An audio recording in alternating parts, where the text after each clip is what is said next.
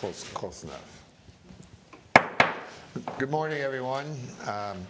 Welcome to the Charlotte County Airport Authority workshop on consultant selection over the next day, and the decision won't be made on the rankings until the board meeting next in January. Basically, as I understand it, and Mr. Parrish, you can correct me, we had 13 companies that submitted requests to our proposal. The staff narrowed it down to 7 companies, which I assume are represented here, to give a presentation to the board members on their history, their capabilities. The board members will rank them, and staff will consolidate all the the various selection or rankings of the board members for a final decision at the January meeting. Each presentation will be allowed 10 minutes. We've got a clock up on the wall. Afterwards, there'll be a few minutes for an exchange of questions. So with that, I guess we'll have a roll call, and we'll have, before a roll call, I suggest that we all stand for the Pledge of Allegiance, please.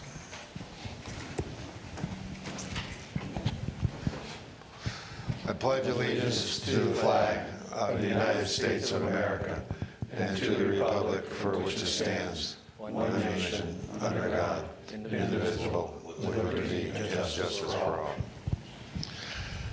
We'll ask you to silence your cell phones and roll call. Good morning, everyone. Mr. Leskovich? Present. Mr. Swellen? Present. Mr. Carr? Present. Mr. Hansick? Present. Mr. Parrish? Here. Mr. Thornberry? Here. Thank you. Okay, I might, right after the roll call, why don't we've got 2 new board members, and maybe just introduce yourself to the gentleman here. A little bit on your background, Steve.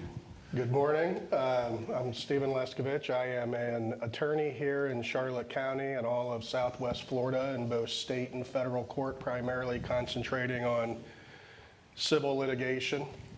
Have my Doctor's of Education degree in organizational psychology. Was elected here this year, and looking forward to working with our community and whoever our newly appointed designee is going to be here from this presentation today. Good morning, my name is Sean Swellen. I'm a contractor here that builds custom homes in Charlotte County. You're up. Good morning, everyone. TJ Thornberry.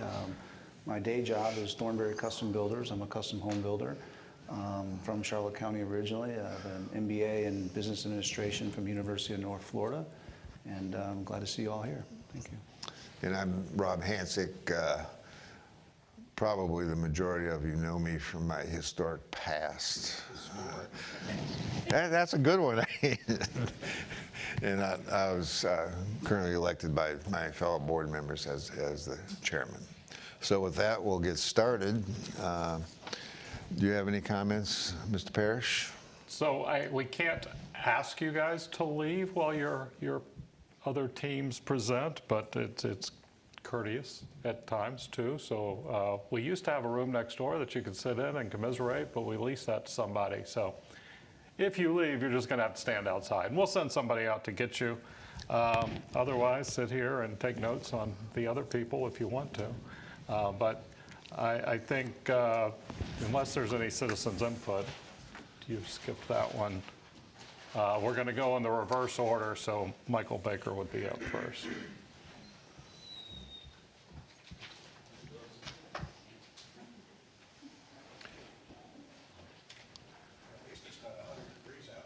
Yeah, it's a nice day. So we're not doing citizens input?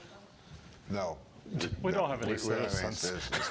Well, they are citizens, but they're No, they're engineers. Well, We don't have much is that we don't have above or much to is say. that above or below the citizenship? Go ahead, introduce yourself. Depends so on the day of the everybody knows. week. That's part of the Again, just to introduce ourselves, for Michael Baker International. My name is Mark Kistler. I'm the aviation practice lead here in Southern Region for us. I'm also our project manager and point of contact for all of the work we do here at Punta Gorda. I'm Steve Ivana, lead architect coming out of our Fort Myers office. Nathan Parrish, I lead our airfield engineering group out of Tampa. No relation, although he spells his name right.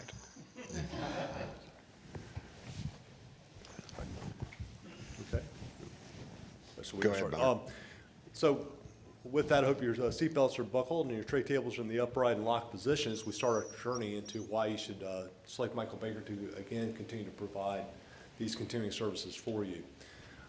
In our time in working here with staff and with the airport, we are familiar with Punta Gorda, not just only with your facilities, but also with the staff and how they like to see these services provided. As a firm, we are multidisciplinary. We do cover a wide variety of services, which we'll talk about. We also understand providing the on-call services to airports, and the diverse nature of the different assignments that come from that. We also recognize the importance of having local staff to be able to provide better responsiveness. We introduced ourselves already. Again, Mark Kistler, the point of contact and project manager for the team, and joined with Nathan Parrish, our lead engineer, and Steve Ivana, our lead architect. Steve's based here at our Fort Myers office. Michael Baker as a firm has been doing work in the state of Florida for be 40 years next year. We do work across the country. We are one of the top 20 E&R ranked firms. We certainly understand providing work in on-call services to airports like Punta Gorda that are predominantly served by Allegiant, such as St. Pete Clearwater, Destin, Fort Walton Destin, Jacksonville, to name a few.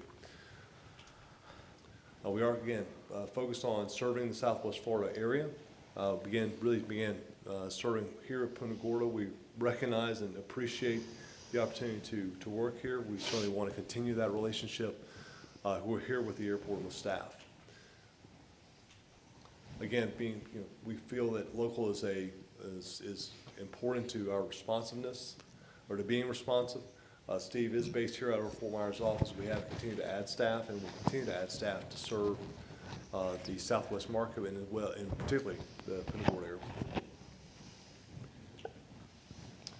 As a multidisciplinary firm, we do provide a wide variety of services that you can do encounter on airport projects, whether it be engineering, architecture, planning, environmental. I know Maribel Anderson, who's our lead environmentalist, just was re-engaged to provide wildlife hazard assessments here at the airport. We also do provide construction services, cost estimating. Not mentioned, we do emergency management response. We do also, for example, we have a contract with the state of Florida to do with the emergency management folks to deal with hurricanes. And so we are doing hurricane response right now. We're engaged in Pinellas County and in the Tampa Bay area dealing with both Helene and Milton. With the different damage assessments there, we've been going around doing damage assessments across those counties. And we talked about some of the things we've done here at Ian. We'll talk about that in a minute. But that multidisciplinary nature as a firm, we understand that's needed to be able to provide, to meet the different diverse types of projects that you encounter in on-call engagements at airports. And our team is kind of constructed that same way. It's kind of how we set ourselves up, not only as a company, but also in how we provide our aviation services. A lot of the team members you see here are currently engaged in working and serving you now. But we have made some modifications. We recognize that we need to swap some folks out, better improve our services. Identify what, as I know I've talked with Brett, make sure we're being accountable in how we provide those services, and we've made some changes and enhancements in order to continue to provide the services that you deserve and need as an airport. Thanks, Mark. So it's important, so I'll mention it one more time. I am local in Fort Myers, have the ability to be here quickly if needed on any project tasks. Looking forward, I'm working currently on the M&O facility, but looking forward to continuing to build that relationship both personally and with the Michael Baker team and Punta Gorda Airport. I think that's critical. building relationships makes for successful projects. I have spent the majority of my career on small, mid-sized projects, on-calls, repeat projects for clients, and relationship communication, ability to communicate effectively is definitely a key, I think, to success in any project. The other thing that is important on both small and large, any project, is having an established system in place. And I think our next slide will show what we call the Michael Baker Way, which is our established project delivery system, going from very early design, even pre-award activities, through deliverables, all the way to construction and project closeout. And certainly, I could put you all to sleep today with a discussion of project management, project delivery, but one thing I will mention is that I think is critically important is quality assurance, quality control. We have a very strong, in my opinion, quality assurance program at Michael Baker. Every deliverable, every item that goes to the client goes through a review, back check, and a sign off from a team member at Michael Baker. We require that on every project, and all our subs require it as well. I think that's a really important thing that we maintain Baker. And we've used this process successfully for several different types of airport projects across the state, airfield pavements, new buildings at airports, different things of that nature. We also did more specialty designs like the eVTOL charging station we did recently at Gainesville. You can see some photos here from, we did a big major airfield project at Atlanta Hartsfield, also some hangar at Cecil and things like that. And most of these projects here were done under an airport on-call contract. Here's just a small sample of the projects we've completed under budget and on schedule. And Michael Baker has a very strong track record of doing that across the state and the country for airports. One item I wanted to highlight, though, was the project we did here at Punta Gorda Airport for the Air Center apron. Back in 2022, we did that project. It was finished on time. And we actually added a $400,000 extension to Taxiway Echo and was still able to complete the project under budget. For a future standpoint, you have several projects on your, or some projects on your CIP that Michael Baker can provide a cost advantage to the authority on. And that is because we have connected projects that have been recently completed or ongoing. For example, at your last board meeting, you approved Michael Baker to do the design to expand your Air Center apron. And that's because we did the original design on that. And I think the airport staff recognized the cost savings that that would bring to the authority.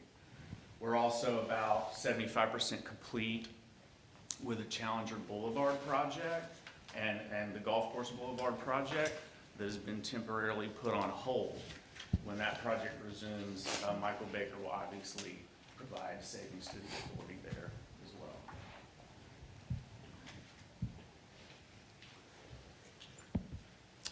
In Michael Baker, we do want to emphasize one of our things we do as a company is we want to make a difference in the communities that we live and serve.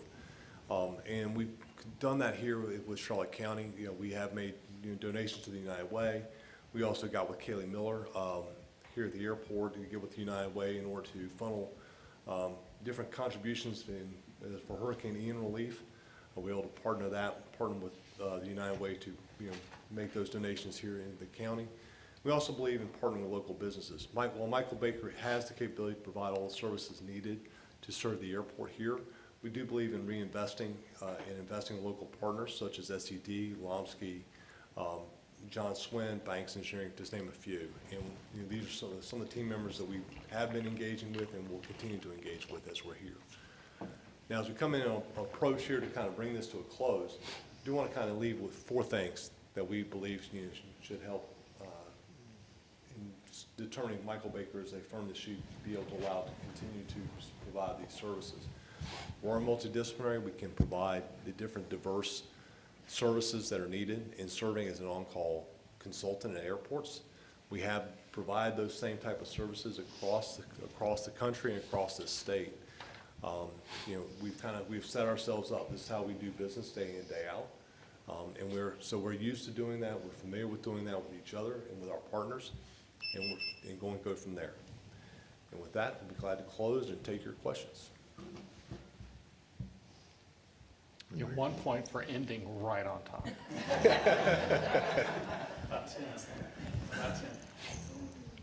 Mark, I have a couple questions for you. Yes, sir. Or for Steve or Nathan. You told me to buckle up to make sure that I was ready for this here, so I'm going to unbuckle a little bit. Yes, sir. With me being new here, I've never worked with you guys before. Yes, sir. So what differentiates you, without, slinging mud on your competitors, what differentiates you on why I should want you, Michael Baker, to do this project? Well, we've done work at different airports across the country, as I mentioned, and in providing these on-call services. The one thing that is unique about Punta Gorda as an airport, and something that we have learned, it's definitely a lessons learned, for us, is that the way that the airport approaches how it provides the services is flying public. Basic functionality. If it's not, make sure it's function first, form second. Be efficient in how we do things and how we execute things, the types of projects that we design. There are three of us here. We recognize that I don't need to bring a principal in. I need to bring other members of the staff, team in. These are the three guys that are going to be, that you're going to be your key points of contact. And, we understand that we need to be efficient and simplistic in everything that we do. And it's something that we understand. We've learned that. We know that. You value, as Nathan mentioned, we've been engaged with some projects already. So with that inherent familiarity with the facilities, the apron expansion is an example of that. We don't need to do survey. We don't need to do geotech. We don't need to do the pavement design. We've already done that.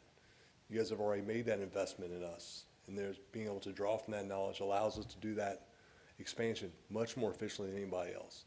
Same thing with the Challenger Road extension, the relocation of the perimeter road. We already have some of that work already been done. And there's cost savings to you that allows us to continue what we started. I think there's value in that. All right, thank you. Yeah, I pretty much had the same question you were going to ask. But I was looking, you guys do use Resource Local Services? We do. Okay. We do, and that's our choice. As I mentioned, while we have the ability to do it ourselves, there's value in having the people who, one thing we like about working with SCD is that, they are local, they help us with the permitting here. That we found that to be a very advantageous partnership. Excellent. Current workload of the team. We're available. Is that available, is that within a week or 2 months, or how many projects are you working on now? Currently we have, the M&O project, like for example, the work that's here. Outside of here? Yeah, outside here. The only projects that I work on personally, the ones that I manage, or I deal with the work that we have here. I deal with some of the work in Tampa and some of the work, and we have a contract with Orlando. We're currently not doing any work at Orlando. I also have a project that I help out with then with Virgin Islands Port Authority. Do not get to make any trips, so just get to talk to them on the phone every now and then. I do independent fee estimates for them. So availability is, you guys. This is one of the clients that I choose to work at, that choose to work with, and that's my choice. And I'm senior enough where I get to make those choices. So let me, oh, sorry. Go ahead. No, one of the most difficult things, I think, about being an architect or probably an engineer is sort of managing your team's workflow, right? You never get to keep everybody sort of at prime, like you're either a little too busy, you got guys kind of looking for stuff. And I think one of the things that we do well, especially now after COVID, is work share, right? And we're a big firm, so we've got people that are doing architecture, aviation architecture in other offices that we're able to pull in when we need help. They're able to pull us in when when they need help, and it really works out, you know, people are working from anywhere. So we have, I think, a really good experience and ability to sort of keep our workflow steady and bring in people when we need them. Yeah. And just real quick, Fort Myers, speaking back to the Fort Myers office, we do have one of a really good young engineer, Noah, who's going to be, he's coming off a project and he's a field guy, but he also does design, and he's back down here. He's a resident of Fort Myers, so he's back down here close by. What's Noah's last, what's his last name? Marker.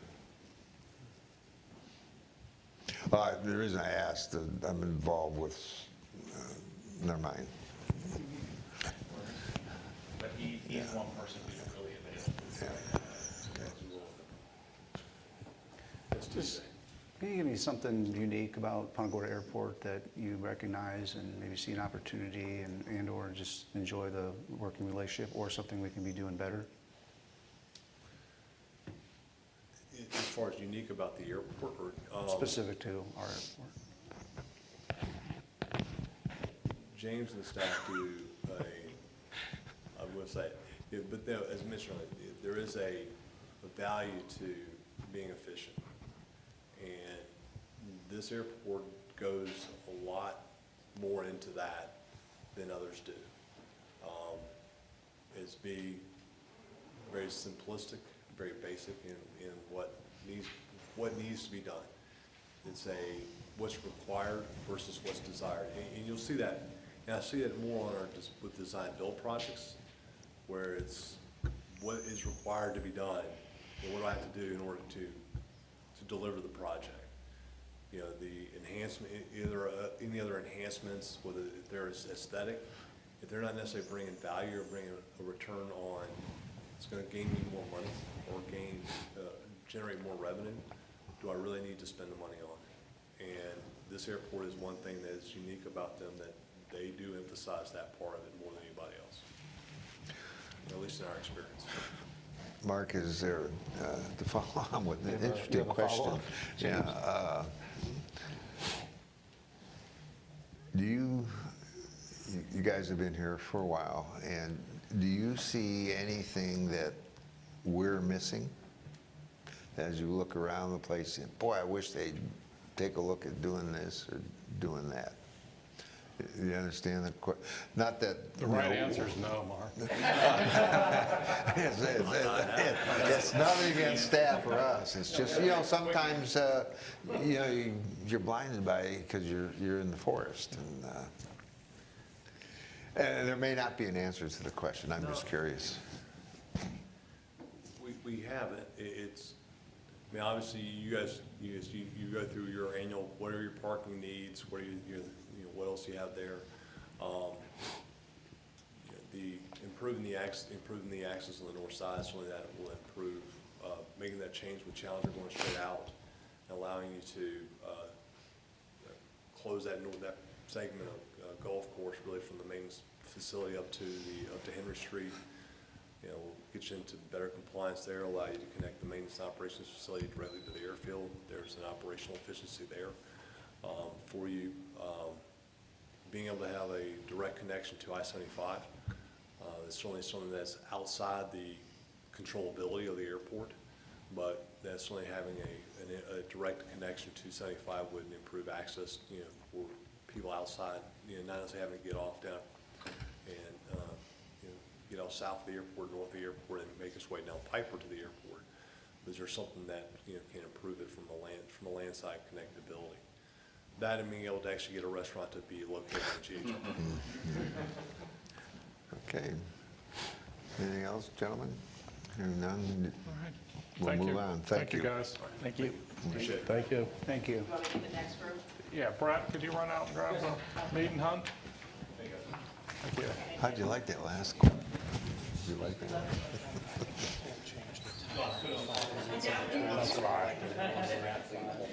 On the questions? Okay.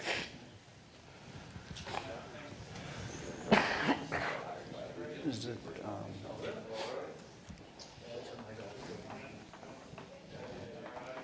I know in job interviews, we typically are required to ask the same follow-up questions. Yeah, I'm not gonna worry about that.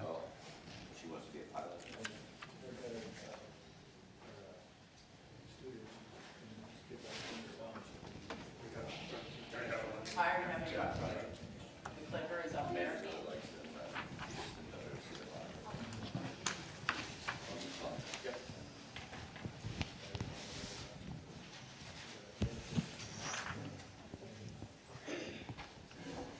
I thought it was a T-shirt or morning. something, you know? We don't want to get in trouble for I it. know, I don't think I these are know. worth it. Could be considered a morning. Good morning. Okay, thank you. Lauren, thank you. Thank you.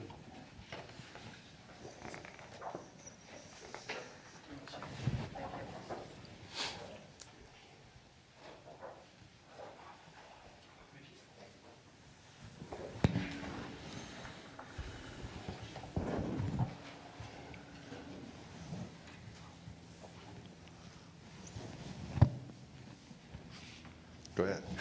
You got All right. 10. Well, good morning, everybody. Thank you for having us here today. We're really excited about the opportunity to present to be one of your on-call consultants. My name's Dave Schmidgall. I'll be the project manager for Mead and Hunt for the duration of this contract. I want to take you a little bit what we want to accomplish today here. So first, I want to give you a little introduction, tell you a little bit about Mead and Hunt, then take you really through the evaluation criteria, going through their past performance, our key team members, our approach and method, and then really tell you why we feel Mead and Hunt is a great choice to be one of your on-call consultants. A little bit about Mead and Hunt. Mead and Hunt's been around for over 120 years. Started off as a smaller Midwestern firm, doing a lot of water and wastewater utilities. It's grown to be a national full-service architectural engineering planning firm with over 1,400 employees. We're an employee-owned firm, which is great. We operate out of a single profit center, which enables a great relationship between all our offices. We work well together, share work, really act as a cohesive unit, being an employee-owned company, and to be able to function like that.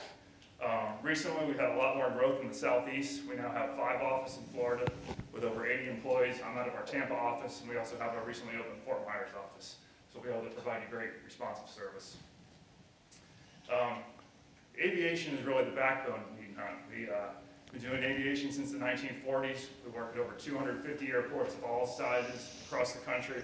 As you see here, many of them in the on-call consultant role. So we really have an understanding of what being an on-call consultant means. We know it's more than just delivering projects. It's about being a true trusted client advisor, helping you with your day-to-day tasks as well. Highlight a few of our projects we've worked on here in the Southeast. Most of these are on-call consultants. I'm going to highlight a few of the specific projects here in a minute, but also just want to point out the Florida Aviation System Plan, the 2043 update. We just completed that project with the Florida Department of Transportation. Really gave us a good insight into what's ahead for airports and examining trends, what's going to be changing in the airport, so we can help you provide, as you work through your CIP, advise you on what's coming up in the aviation world to be on top of things. And why does all this experience matter? It's because you have a very, detailed capital improvement plan that we'll be prepared to execute. Just a sample of the projects that you have on there. We've executed all these projects at previous airports with the proposed team we have. So we're able to handle any kind of project or anything that might come up during the life of your contract. A little bit more about these specific projects. Just want to highlight a few of them. We know you have a large terminal program underway. We know that's already in the works. We're happy to be a trusted client advisor, offer you any insight into budget, schedule, helping with anything along the way. That's a shot of our. We're working on the Key West terminal right now. That's in construction, scheduled to open this spring. About a $100 million terminal expansion program. So we've been pleased to be part of that.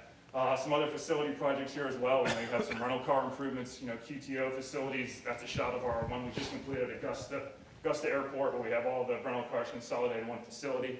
At Savannah Airport right now, we're working on doing a master plan for the rental car company, developing all their new rental car facilities so they can be uniform with the airport's development plan.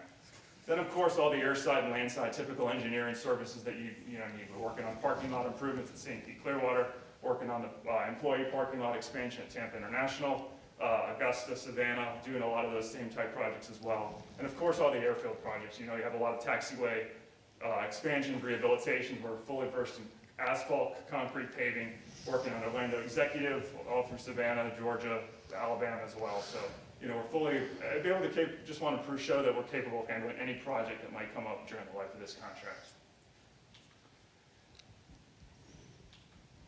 A little bit about the key staff. As I said, I'm Dave Schmidt. I'll be the project manager. A little bit more about me. I've got over 20 years experience, all in aviation, all in Florida. Grew up around in the Tampa area. Worked there my entire career, focused on airports in Florida, Georgia, and really always been in the Southeast my entire career. I've worked, you know, I'm a civil engineer by trade. Grew up doing airfield paving, grading, drainage, landside projects. But as I've become more of a project manager, I've really got involved in a variety of projects, really understand how building projects work, planning, involved in the construction administration. So I consider myself a pretty well-rounded project manager, capable of handling any of the tasks that could come up. But I also, you know, my main goal as project manager will be able to oversee your contract tasks, providing responsive service on time, within budget. I also consider myself a hands-on manager and engineer. I really like to get involved with the team, get involved in the solutions, the day-to-day options, working with you, and really getting engaged in the projects. Just a little bit more on our key team members that we included on response. Just want to highlight some of our task leaders. Mark Bruking works alongside of me, overseeing our QC program. He's our Eastern Region Manager. So he works with me, making sure we're delivering high-quality services. Matt Doobie, he's one of our Eastern architectural leads. He's worked on a lot of these terminal concept plans, a lot of the even just facility improvements. So he's well-versed to be an advisor with you as you develop these types of projects. Stephanie Ward, she was the lead planner on the Florida Aviation System Plan update. Does a lot of land use planning as well, so you'll develop other properties, a lot of the FAA approvals and things like that, and just finding the best zoning, things like that. She's very well versed in that. And Ricardo Diaz leads a lot of our airfield civil and paving design, great at Civil 3D, the CAD standards, making sure we're delivering high quality technical projects. And we brought some of our local staff here today. We have Tom Pugh, he's a newer Mead Hunt, opened our Fort Myers office. He's done a lot of work for Charlotte County and the city, so he's on the water, wastewater permitting side, so we got good local resources for that. Tang Fang, one of our local architects, works alongside me in Tampa. She's been heavily involved in the Key West project and some of these other projects as well. And Chris Stinson, one of our airfield engineers, works alongside me in Tampa as well. So we've got a good staff that's been developed close by, being able to serve you locally. In addition to the Mead and Hunt staff, we put a team of team members to help support us. All 4 of these firms are certified DBE firms, so we're able to meet any DBE requirements of any contracts, have that ability. And we work with these, big thing about these firms is we brought in firms that are trusted partners for us. We've worked with all of these firms before. TSF and Hyatt are both local, doing survey, geotech, all along in the West Florida area with us. And then HMMH just has a lot of airfield planning, and Conoco, we work with them on cost estimating on all our projects across the country. Now to our, how we approach this contract. With a contract that has the variety of projects that you all have in your CIP, we like to take what we call the task manager approach. Well, I'll be involved, in every project, as I mentioned. I like to denote a task manager for each one of these, someone who take the technical lead on the project. So if we have multiple tasks going on at once, I can oversee them all, be involved with them, but yet I know I have trusted staff that can really drive the ship in terms of the design, production, scene, and construction. We take this through the project all the way, whether it's early in the project with planning, establishing the budget, executing, delivering high-quality architectural engineering services, and taking it all the way through construction and closing it out. And the big thing I want to highlight along the way is the quality control process. Very important for you, but very important for us to make sure we're delivering high-quality engineering and architectural services. And we don't apply that process just to our plans and specification. We know it's equally important when it comes to cost estimating, scheduling, with the way the construction market these days, prices changing every day. That gives us the ability to, with our cost estimators internal, that's why we brought in an independent cost estimator, Conoco. So depending on the level of detail in the project, they'll do, take the cost estimate from scratch, or they'll help us do a quality control review on it. So having that third party is critical in delivering high services with that. And then, as I mentioned, being an on-call consultant is more than just delivering the projects that are on your CIP. It's about being a trusted client advisor. And, we have the ability to support all these types of services, whether it's just, assist with the CIP, whether it's permitting, looking for funding opportunities, emergency response after anything that you need boots on the ground to help recover. And then the last 3, sustainability, resiliency, and technology. Those are things we incorporate in all our designs, but it's also something we've helped airports with, kind of the standalone projects, whether it be sustainability master plans. We're doing one of them at Birmingham Airport. We're incorporating a lot of solar technologies and just other sustainable ways to operate technology, whether it's a cybersecurity master plan, technology master plans. We've got some great staff added to our firm that used to be airport personnel, but really understand it from an airport point of view and brings that to our side. And we're able to help with these things throughout the whole project. The project development process, whether it's from the capital improvement planning stage all the way through design. So construction starts with the opportunity to bring in this expertise anywhere it comes. Just, as I mentioned, just one other thing on DBE, we have the ability to meet your DBE goals on any contract. We also actually have a staff of equity that help with community outreach, with Title VI, grant compliance, that type of thing. Some new things that you're having to do to meet FAA grant compliance. We have staff that's ready available to assist with that. So, finally, to wrap things up here, why should you choose Mead & Hunt? First of all, as we mentioned, we're qualified, experienced, and dedicated. We have all the professionals that, to provide the service on any of your contracts. I've worked at plenty of airports that we're going to bring to supplement, to work on your projects. We're a true trusted client advisor. We're more than doing the project. We'll work alongside you throughout the project, and we'll bring a fresh perspective to the airport. With we haven't worked at Punta Gorda before. We look forward to bringing all our expertise from other airports to benefit you. And the last 10%, which I like to call the last, you got a lot of good firms in here today, but the difference between us is that last 10%, that extra effort, picking up the phone, coming up with a solution, and working alongside of you and having that passion and dedication. I can guarantee that me as project manager and Mead & Hunt will provide that. Okay. Thank you. Questions? Dave, thank you for being here. You actually kind of remind me of a lawyer doing a closing argument where you got to keep going past the time frame here. Sorry about that. And Daryl knows that as well. But thank you for being here.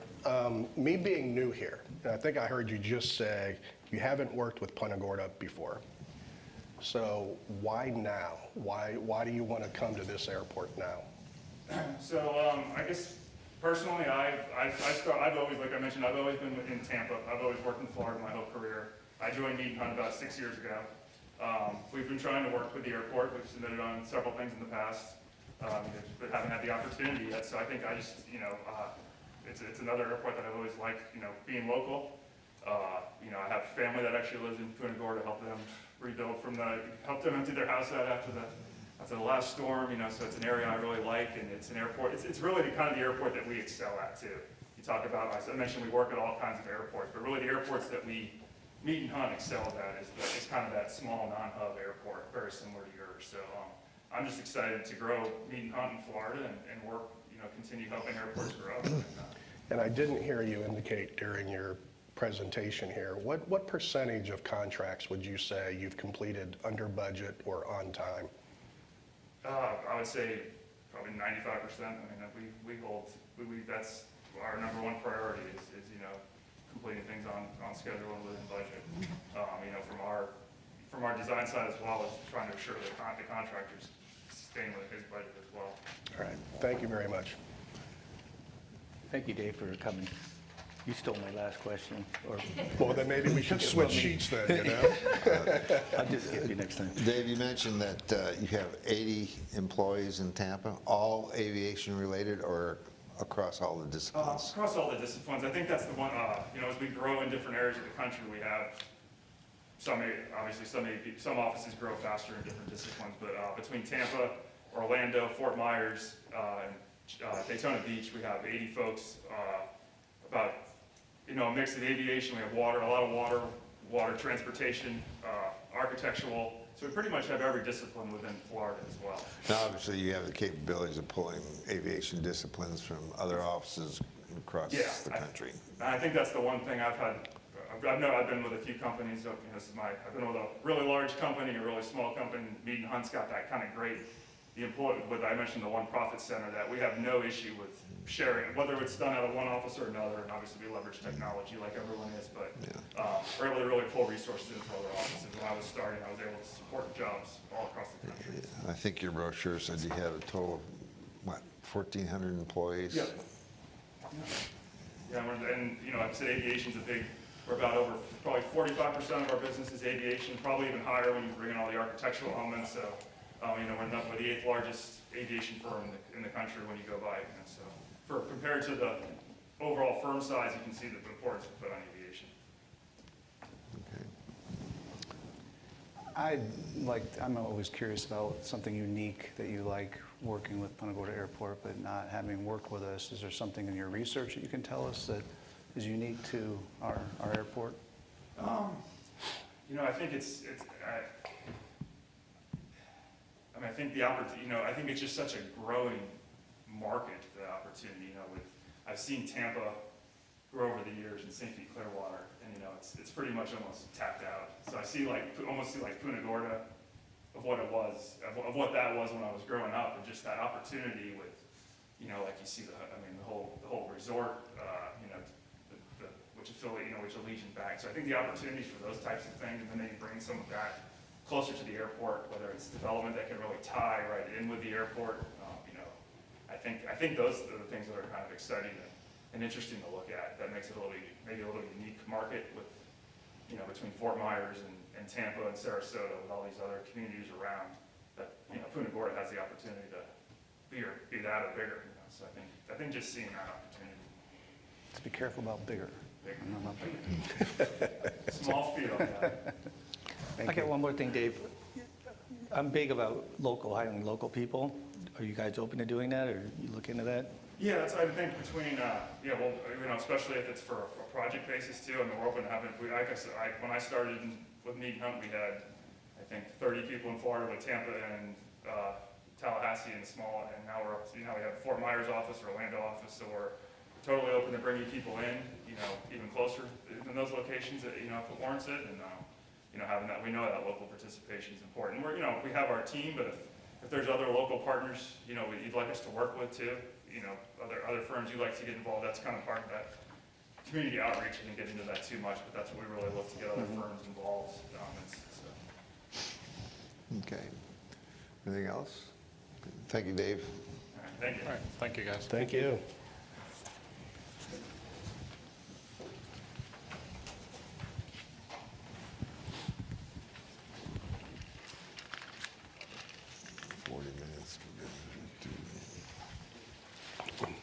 Well, I mean, if you want to switch seats, so you ask questions first.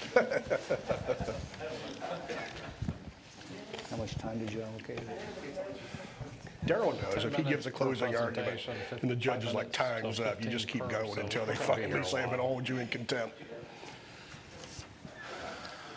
I should cut our questions out a little bit.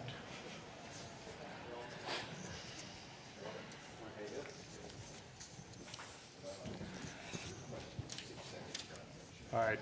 I know, Steve, exactly. You didn't bring us any placemats this year, but Mead and Hunt did, So last time we did this, we decided we weren't going to let them do presentations. So Steve made these really nice laminated sheets, just like this. And then we decided not to do any of it. And he gave them to us as placemats. And we used them in the office for almost a year and a half until we ran out of them, so. But then I've watched over the last 3 years how budget conscious you all have been, and you said we're going to spend money, just like you. Just like us. Thank you. Okay, you ready to start the clock? I'm ready. Okay, Steve. Good morning. I'm Steve Henriquez. I'm the Vice President in charge of aviation for AECOM out of the Tampa office. I've been your project manager and principal in charge for, I guess, the last 2 decades here on projects that we have completed successfully on budget, not necessarily on schedule with our contractors and the issues we're having with construction deliveries right now. But all our bids have come in fairly well, close to our estimates. I want to introduce our project manager, Dennis Combs. He's the right guy for this. Dennis has got basically 3 legs to his stool. He started out working for a Port Authority on that side. Then he went to work for a concrete paving contractor. So he learned the concrete paving business. And then we got him back years ago, about 23 years ago, and put him in Cincinnati and watched a couple of runway projects get built. And then he's now actually designing a lot of runway projects and managing our design team. So with that, Dennis, I'll let you take it. Thanks, Steve. I'd like to introduce my team. Howard Klein is our task leader for planning on this assignment. and Miguel Sanchez is the task leader for buildings. Kelly Piercy is also on our team, but she's got some young kids and got something from school, I think, and so she couldn't make it today. She's sick. So, we'll fill out the rest of our team with a strong set of sub-consultants. We have a long working history with each one of these companies. They weren't like thrown together for this pursuit. We work long-term. All of them have worked with us here at Punta Gorda Airport as well. And they will help us fulfill your DBE goals. So who is AECOM? Some of you may not know. We're a large global design firm, Fortune 500 company. Basically, we're trusted advisors to our clients, and we provide a full range of services from engineering, architecture, environmental planning, construction management. As you can see from the map there, we do work at airports all over the country. Why is that important? Really, we can take some of the experiences from those airports and bring them to this airport here when we need to. We have 1,200 professionals in the state of Florida as well supporting this. So honing in on Florida a little bit, we have a aviation design center in Tampa, Florida, and it has been there for 65 years, and it is basically mostly focused on transportation and highly focused on aviation. With that, we've got a long history of working with your funding agencies, the FDOT or the FAA, that gives you a lot of the money that you need to build your projects. And we've been in service to Charlotte County for over 15 years. Also, we've been general consultant, on-call consultings for many of these throughout the state as well over the years. We've taken a look at your capital improvement program, and we've kind of divvied it up into this nice pie chart of what kind of projects you have coming over the next 5 or 6 years. And you'll find in a few minutes that it's a diverse set of projects. And we are a very diverse company who can deliver you a lot of different diverse projects. And we'll show you how our past can help you in the future deliver these projects going forward.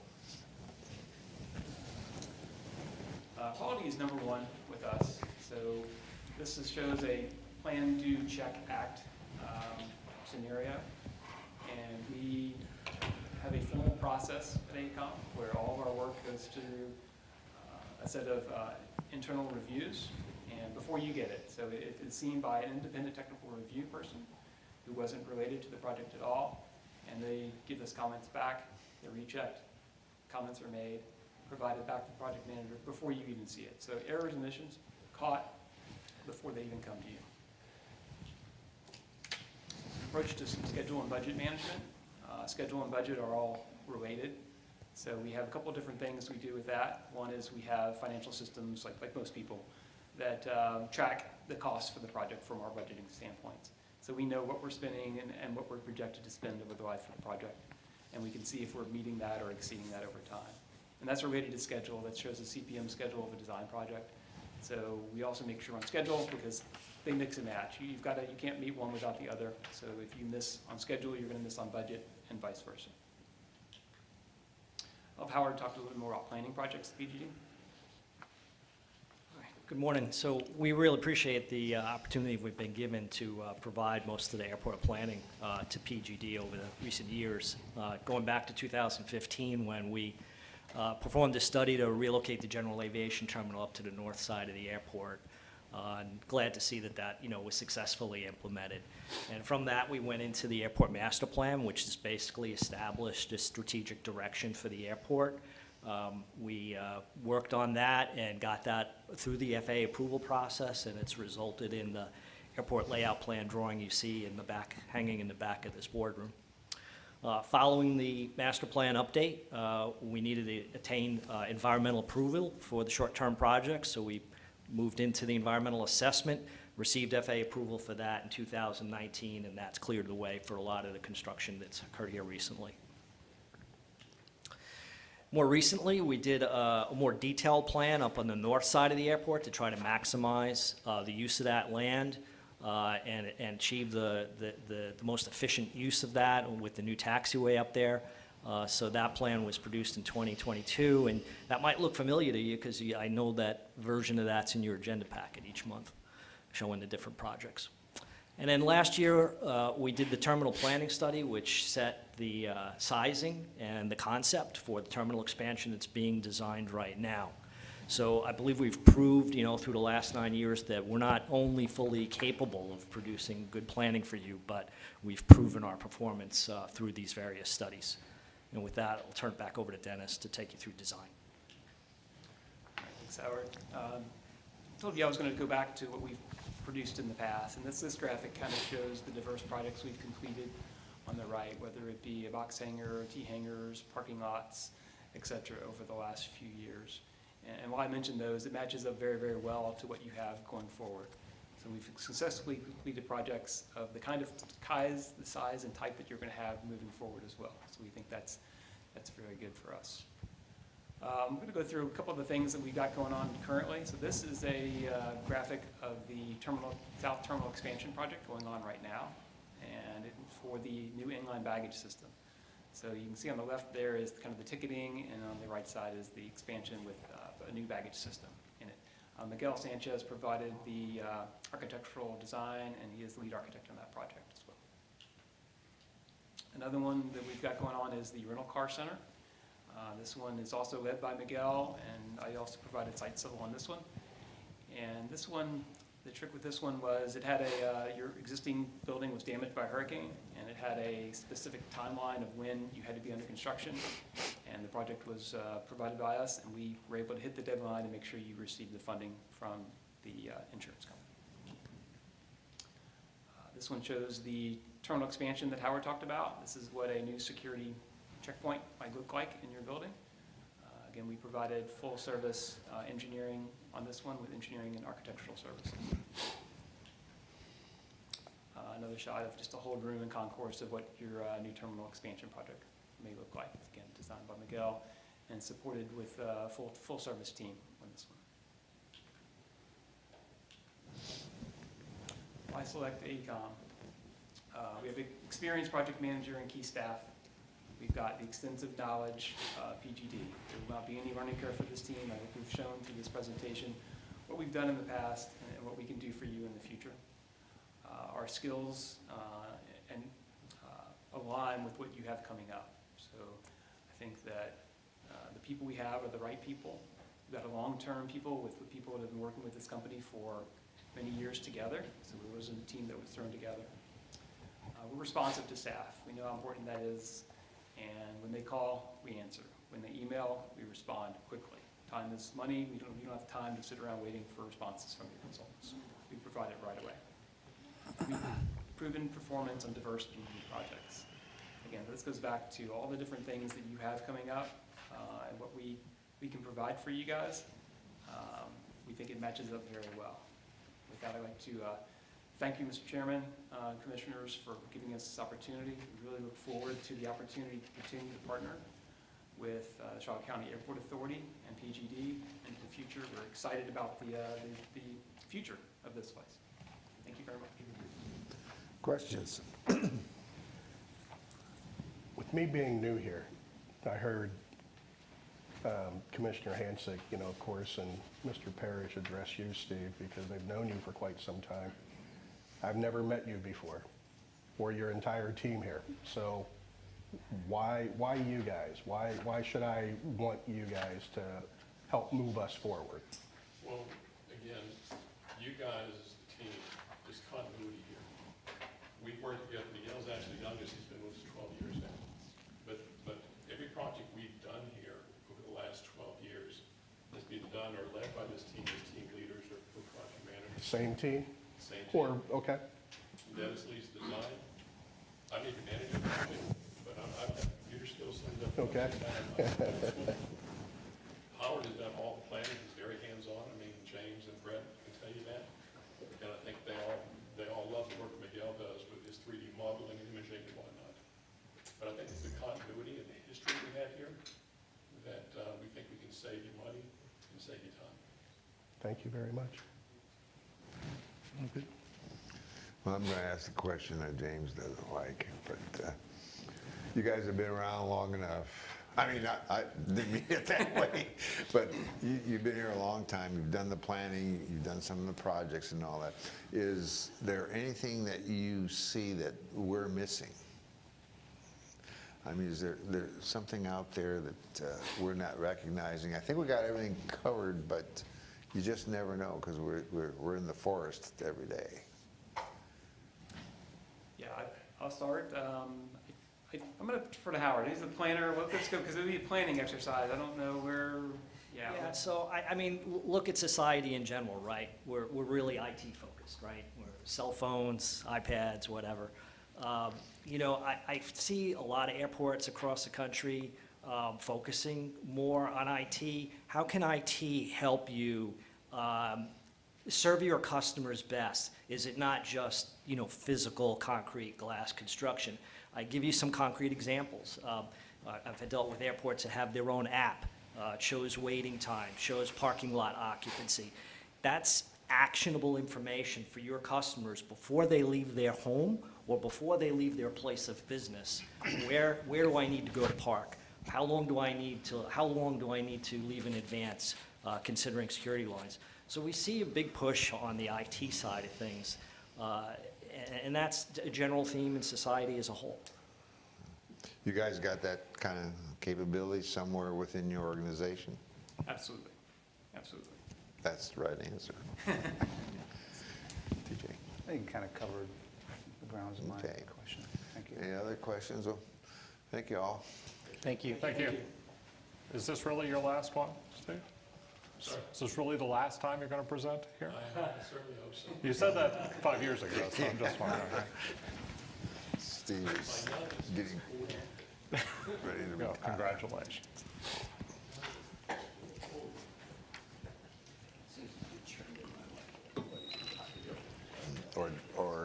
Or they're dying. or they're dying, right?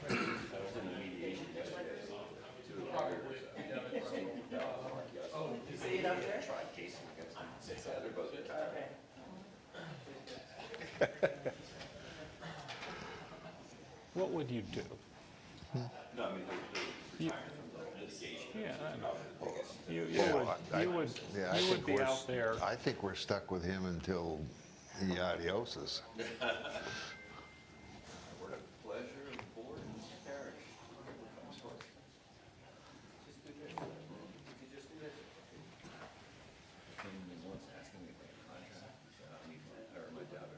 Yeah. I think your mic's hot now.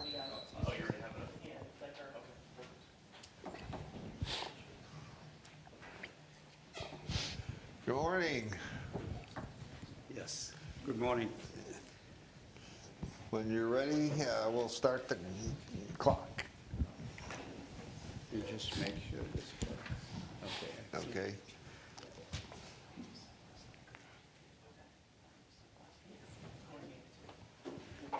All right. Good morning, Mr. Chairman, members of the board, Mr. Parrish, authority members. Thank you for this opportunity to present to you this morning and highlight some of the key aspects from our proposal. We are very excited to be here. My name is Sandeep Singh. I'm the president of Afcon, and I'm the principal in charge for Afcon, for the Afcon team. And with me today is Mike Coppage, Zem Pepper, Bart Bernacchi, and Jack Thompson. We'll talk about them in a minute. Before I turn this presentation over to Mike, I will take just 2 minutes to talk about myself and the firm. So I have over 40 years of experience doing airport engineering. I bring long-standing relationships with the FAA and FDOT. My background is in civil, structural, electrical, and I've done hundreds of projects similar to what you have conceived for the airport here. Our firm was founded 35 years ago, back in 1988 here in Florida.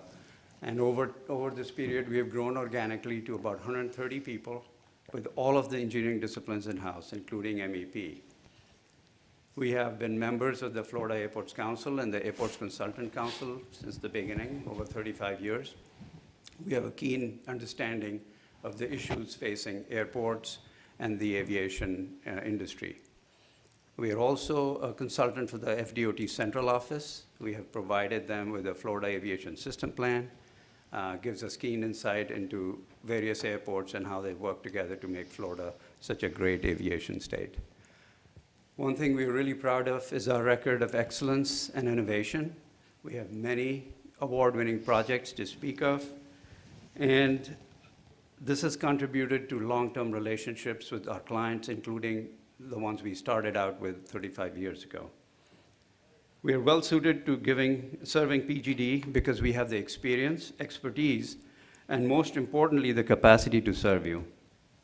We have been preparing for this opportunity and have waited until we have the resources to deliver and perform strongly for you.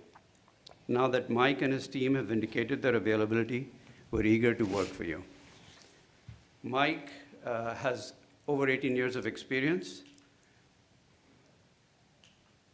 Sorry. One more slide here. This is just indicating the airports we have worked at here in Florida. Over 85 airports throughout Florida.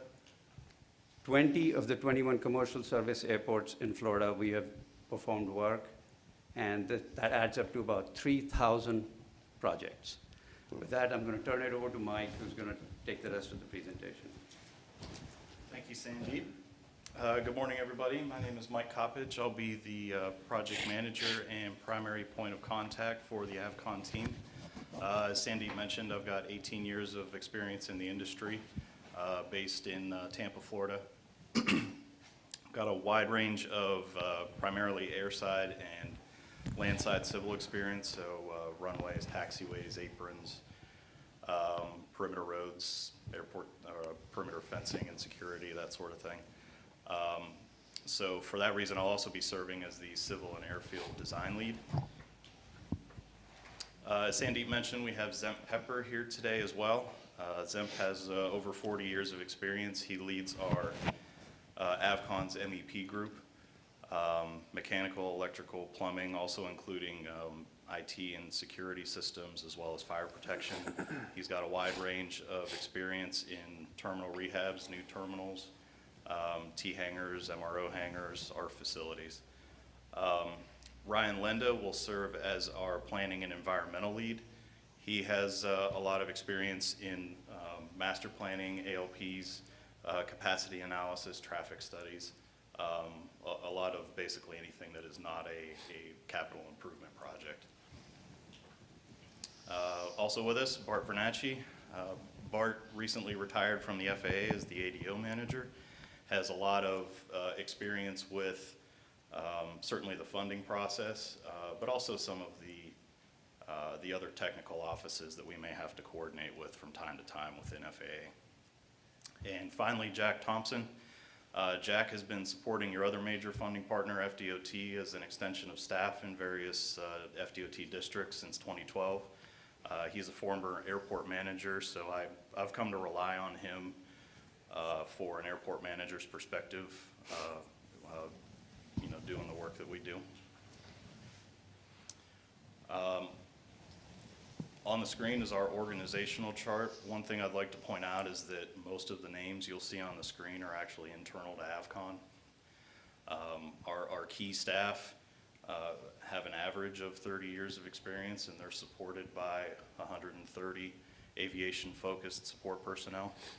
We also have local sub-consultants on the team that we've worked with before at other airfields. We're excited to work with them again, working here.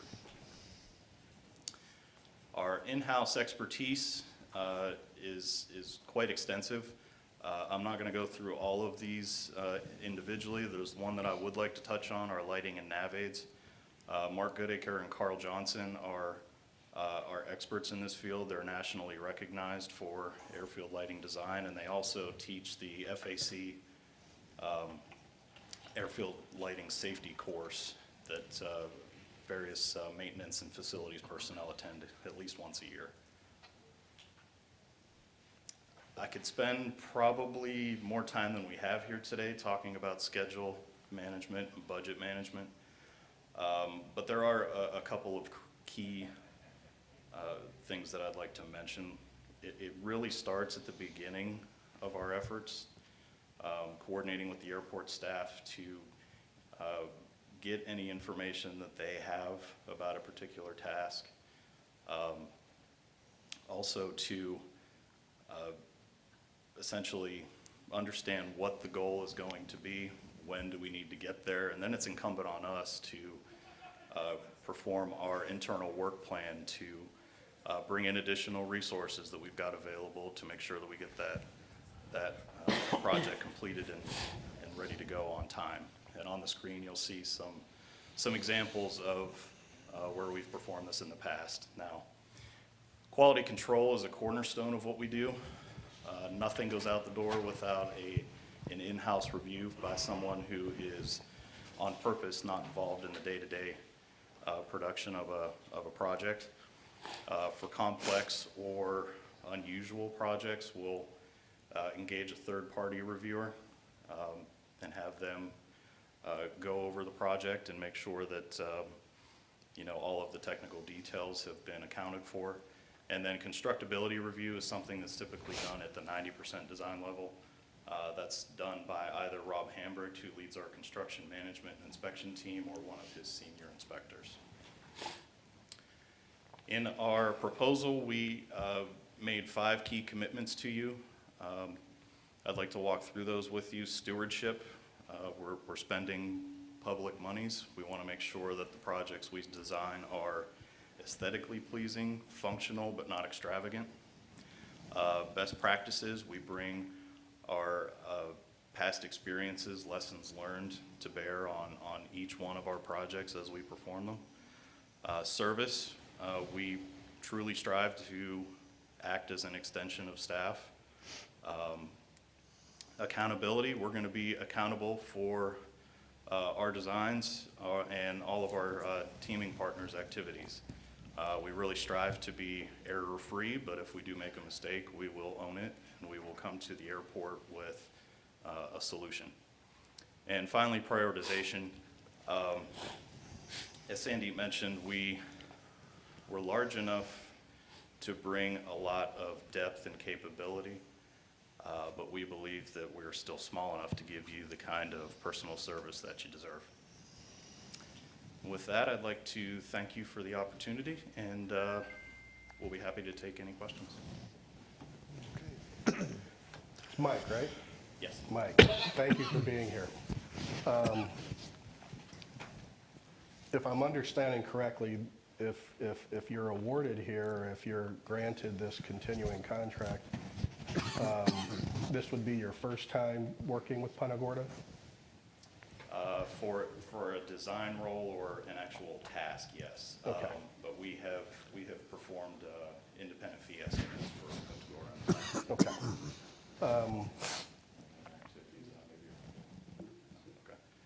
Why should I want you guys as, or what differentiates you from your competitors without mudslinging with them, but what differentiates you from them? I don't engage in mudslinging, but what I would say good. is a differentiator is the level of in-house expertise that we have. I've worked with all of our various internal teams before. As an example, I've worked with Zemp on a primarily access control related project at another airfield that had some civil components. And I've worked with him on a civil project that had a little bit of access control components, so that's an example. And that holds true for our roadway folks, our structural folks as well. So I think we bring that multidisciplinary approach. I know those are some of our client testimonials at the end there.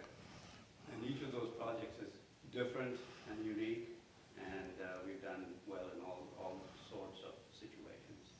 So I'd say that would be one important feature. We also believe in building those relationships.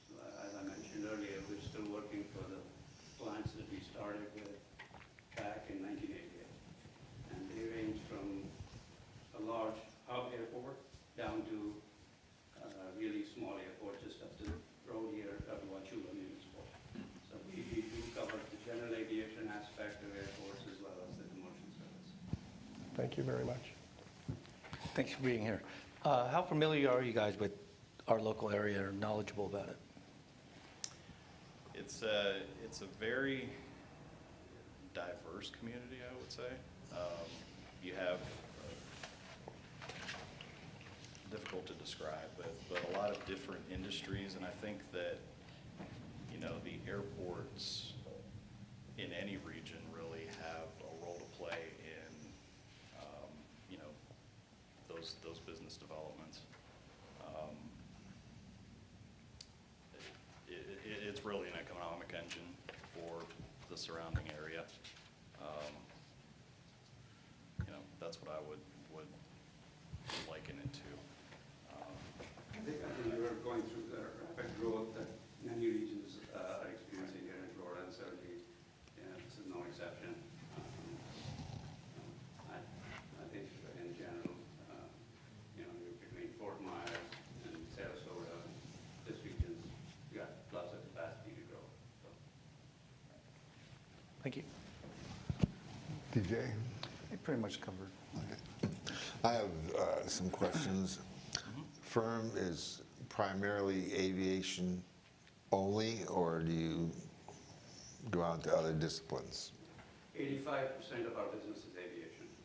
And basically all Florida, or do you extend beyond Florida? We do work beyond Florida. Florida's been a focus for us. That's where we've been from the beginning. But we have practice in North Carolina as well. We do some work in some other parts of the country. Okay. And What I would add to that, I apologize. Airports are really kind of small cities, so we do have, you know, groups that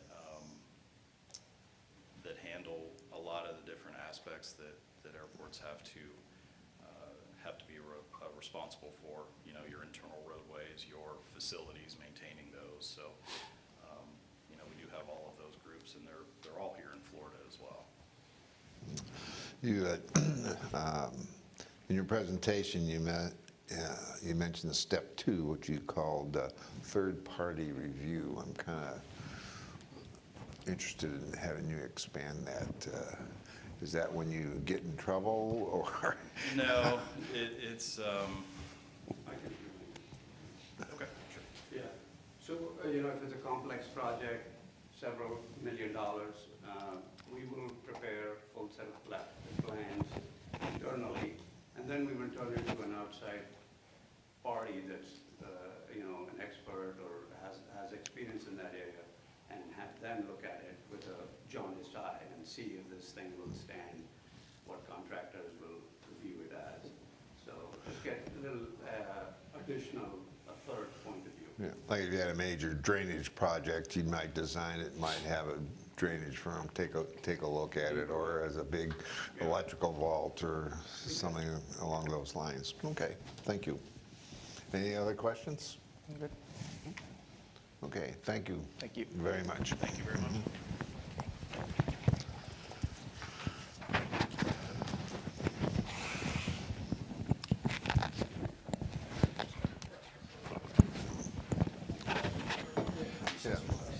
Yeah. Why don't we recess for 5 minutes? We could have the next group come in, I guess. And Recess? yeah, reset.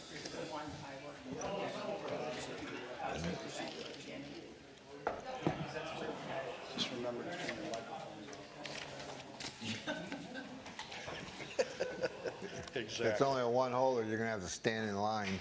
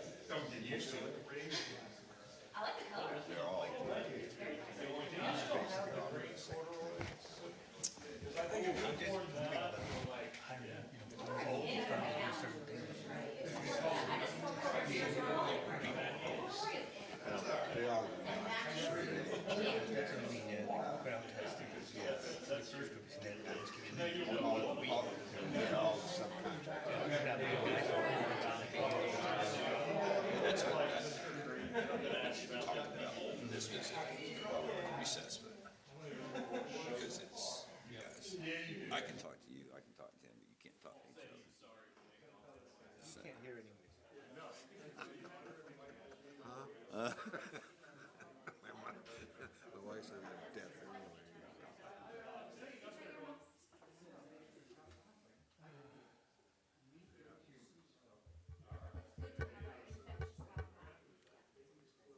You know, you have to go through this process, you know, because people say, well, you know, we're gonna probably select 5.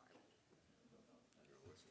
And then you let the board, and then you let them, the employees, assign a job to. Find out who can do the work. Really? You know, right away, rather, you know, somebody may not be able to do it. And normally what you'll do is you'll sit down and negotiate a contract if you don't like the price. Next guy. And one or the other ones, they might have a little bit more expertise in a certain area. Some firm might be better at flat work. Some firms might have more expertise in building. So what I'm trying to figure out is, okay, they're engineering consultants. None of them said, this is what we do as an engineering consultant. So if I'm sitting here, I'm saying, I don't know what the hell an engineering consultant does. What is it you do? None of them had said that yet. They all have the same disciplines. You know, they got electrical guys, they got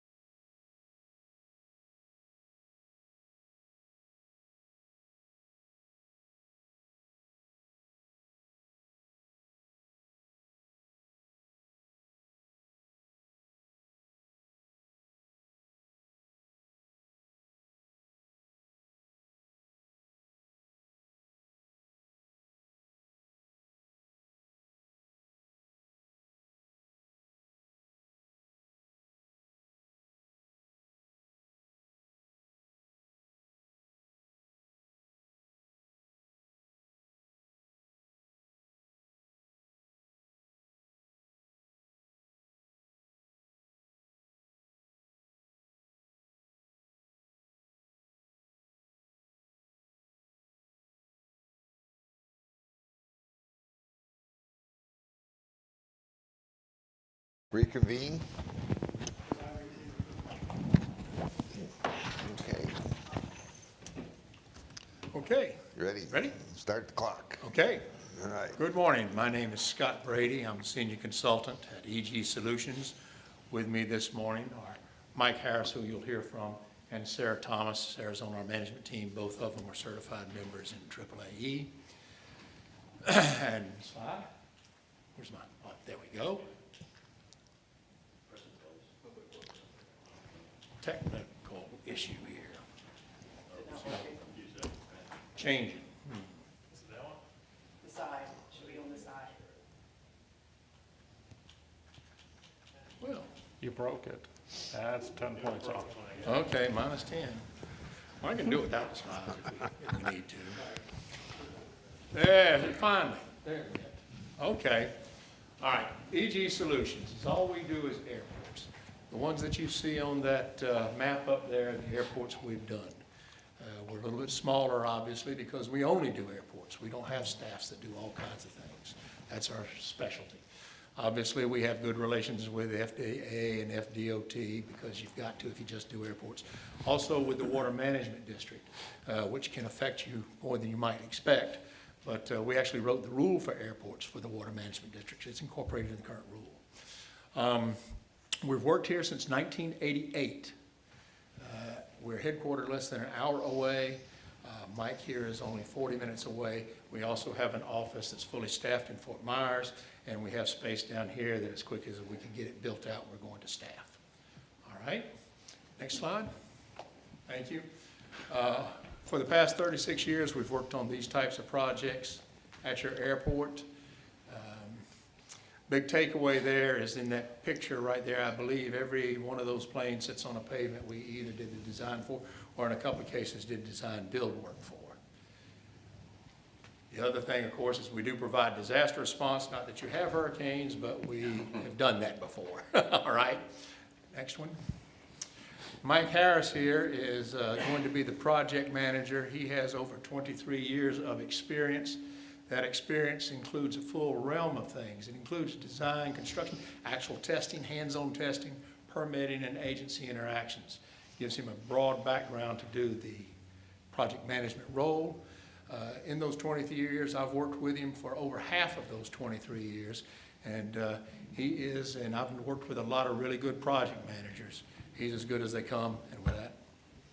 Thanks, Scott. Good morning, Commissioners. Thanks for allowing me to present to you today. Welcome to the new Commissioners.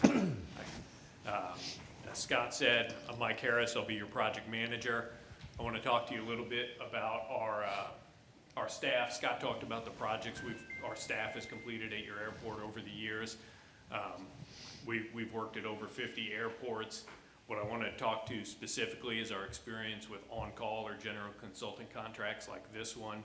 We're currently providing services or recently provided services on this type of contract at Sarasota International Airport, Valcaria Airport, and Naples Airport. The distinction is the wide variety of project assignments that you get with an on-call. A lot of them are small projects or unique projects. For example, I was the project manager down in Naples on a similar type contract, and I managed over 40 projects. A lot of those were runways, taxiways, hangars, things like that, but a lot of smaller projects. DB plan updates, some unique projects like their air traffic control tower renovation, where we replaced all the equipment in the tower cab while the tower remained fully operational during construction. That was an interesting project. Security improvements, enhancements, and that we understand kind of what it takes to get work done under an on-call like this. Our staff's prepared for it, and we're ready to succeed. We've supplemented our staff with additional sub-consultants on our team, and I want to talk to you a little bit about those because we've selected those specifically for your projects that are in your CIP and for your airport. Obviously, EG Solutions, our staff would be providing overall project management, grant funding assistance, civil design, stormwater design and permitting, which is one of our specialties, construction administration, and RPR, or resident project representative services during construction. We're doing that right now for your Taxiway C and Charlie Delta rehabilitation project. We've also included McFarland Johnson. They're a national multidisciplined firm. They're led by Finn Bonset. They'll support some of our staff with civil design, airfield electrical design, but we specifically included them for your airport planning efforts, your airport master plan that's in your CIP. ESA, Environmental Science Associates, they're currently working with us now on your master drainage plan. They've completed several other projects here, including the wetland mitigation that was part of the runway projects recently, and we included them specifically for your Part 150 or your noise study. They're well respected nationwide in noise studies. They're currently doing a noise study for Naples. Naples Airport. Gallo Herbert Architects, they're a Florida-based architecture firm. We included them just due to their efficiency. We have a relationship with them. We're doing some hangars in Sarasota. Wolpert, they're a geospatial firm. We included them. They're led by Aaron Smith, who's the former FDOT Aviation Office Manager, and they'll do aerial mapping, geographic information systems, and then we also included them for unmanned aerial systems and vertiport design or planning. You know, that might come out. You hear a lot about it in the news, and we included them on our team because they're on the leading front of that. They were also completed recently the FDOT Advanced Air Mobility Study, along with our other team member, ESA. Arena, they'll do geotechnical and materials testing. They recently worked with us on your master drainage plan doing similar services. Hyatt Survey, worked with them throughout the state. They've done plenty of work here in the past, and Argus to do fueling systems. Okay, you asked some questions about schedule management and budget management, and I'm gonna have to do this real quick. But basically what you've got is the front part of a project, the engineering affects the overall life cycle cost more than anything else. You can see that from these curves up here. Once you get down towards the permitting phase, the ability of an engineer to affect it goes pretty low. Once you get into construction, very small effects can happen. Value engineering being one exception to that, and we've had some good experience with that. Other thing about it is during construction, you've asked about how we accommodate changes and or errors. Well, we've never left a client, and we've never failed to face up to anything that we've had that's wrong with us. We've never failed to do that. And we always work to find a solution that lets everybody win with it and that provides all the function. Next. Quality control and quality assurance. Everybody's got a quality control and a quality assurance plan. Ours may be just a little bit different. We try to separate things into areas where it's likely to have a high impact or a low impact or a medium impact on the project. This one actually came from another project, but that's what it is. The other thing about it is in our QA program, there are only 4 components. 2 of the big ones in there, design verification. You can have a really elegant solution, but if you solve the wrong problem, it don't work. The other thing in there, of course, is a constructability review.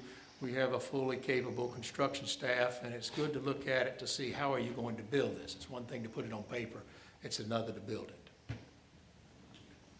So what's your benefit to choosing us? Why select us? We're local, we're responsive. You know, like Scott said, we're headquartered in Sarasota. We have an office in Fort Myers, and the office we're staffing up here in Punta Gorda. We're right down the road. I'm 40 minutes away. I can be here quickly. We're not a large national corporation, so we don't have a lot of bureaucracy to work through. We can respond quick, we can make decisions quick, and all of our decisions are made here locally in our local office. We're aviation focused. We have experience specifically on the permitting side. Scott mentioned that there's new stormwater rules. That's going to affect all of the projects moving forward that you guys have, and we were on the forefront of that. We wrote the airport cutout for stormwater that's included in the new rule. We're working on your master drainage plan to basically prepare you for that so we can streamline the permitting on all of our projects moving forward. And our history and knowledge of PGD, Scott mentioned our staff has worked here. Scott specifically and Kelly have worked here since 1988. I wasn't around then. A lot's changed. You guys have grown a lot. You know, you guys have a lot of growth ahead of you. As James mentioned, you have a lot of projects coming up, and we're excited to be a part of that and help you continue to succeed. So with that, we'd be happy to answer any questions Okay. that you may have. How many folks do you have in-house? 26. Is Kelly still pushing a pencil? Pushing. He's still working, yes. Yeah, it's more like it. Okay. Steve? Yeah, Scott, maybe for my own efficacy, you had indicated, and I heard you, Mike, mention as well, you guys were integral in writing the new rule for water management. Can you, for airports? The airport portion of Can you explain that to me on what your involvement was in the implementation of writing that, or? It goes way back and it goes to the history here. Airports have a special cutout in the rule. It's section 9.5.4 in Applicant's Handbook, Volume 1. Way back when, long ago, we did a pilot study here and then expanded to the entire state. We tested airport water for quality as well as looked at quantity. Airport water management's hugely different, plus the water on the airport creates a wildlife hazard. We had to create a program where you brought together the water management districts, the FDEP, and the FAA, and the FDOT, and come up with some designs and some rules that would satisfy the wildlife attractors, as well as meet all the standards for water quality and quantity. Turns out airport water is extraordinarily clean coming off of the air side. We tested 10% of the airports in the state, 2 years of testing for it. And we've also done some of the more advanced work on ponds and stuff. And some of that, we actually had to use the University of Florida because the computational systems just exceed anything we got on the desktop. But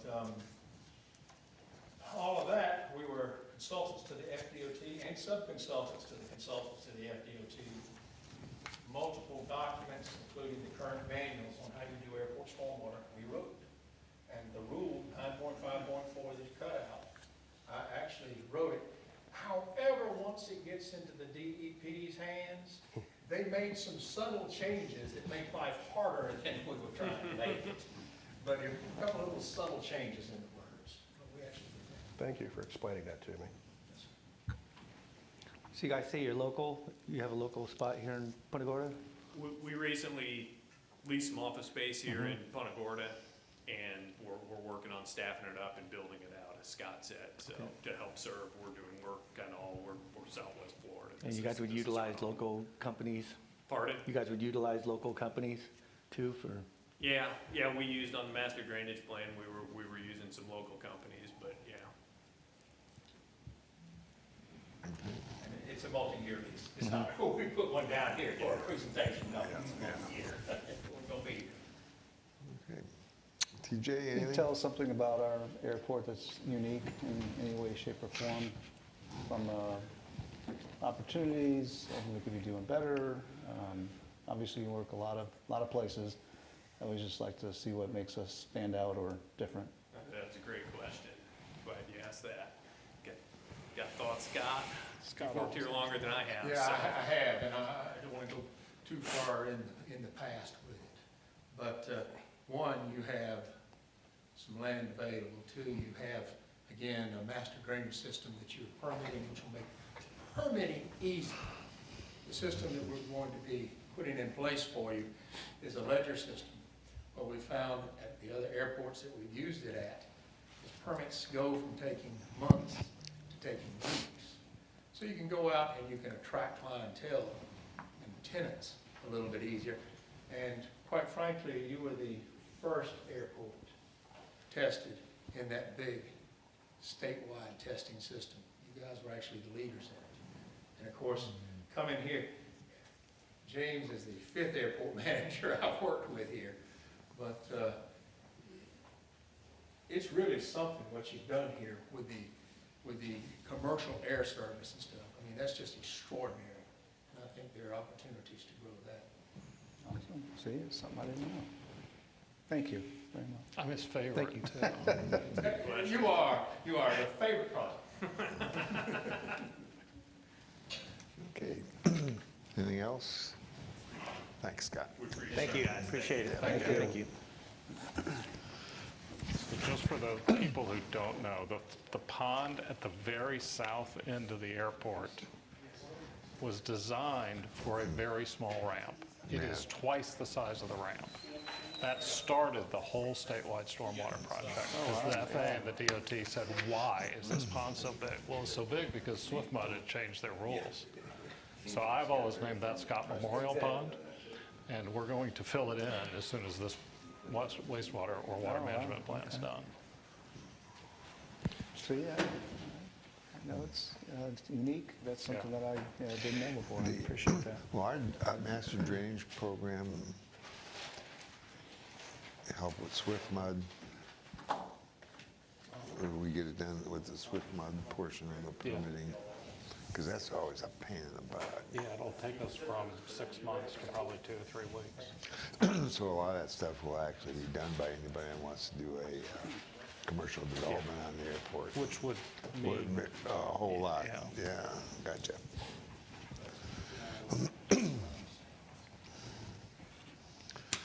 Clock's already started, guys.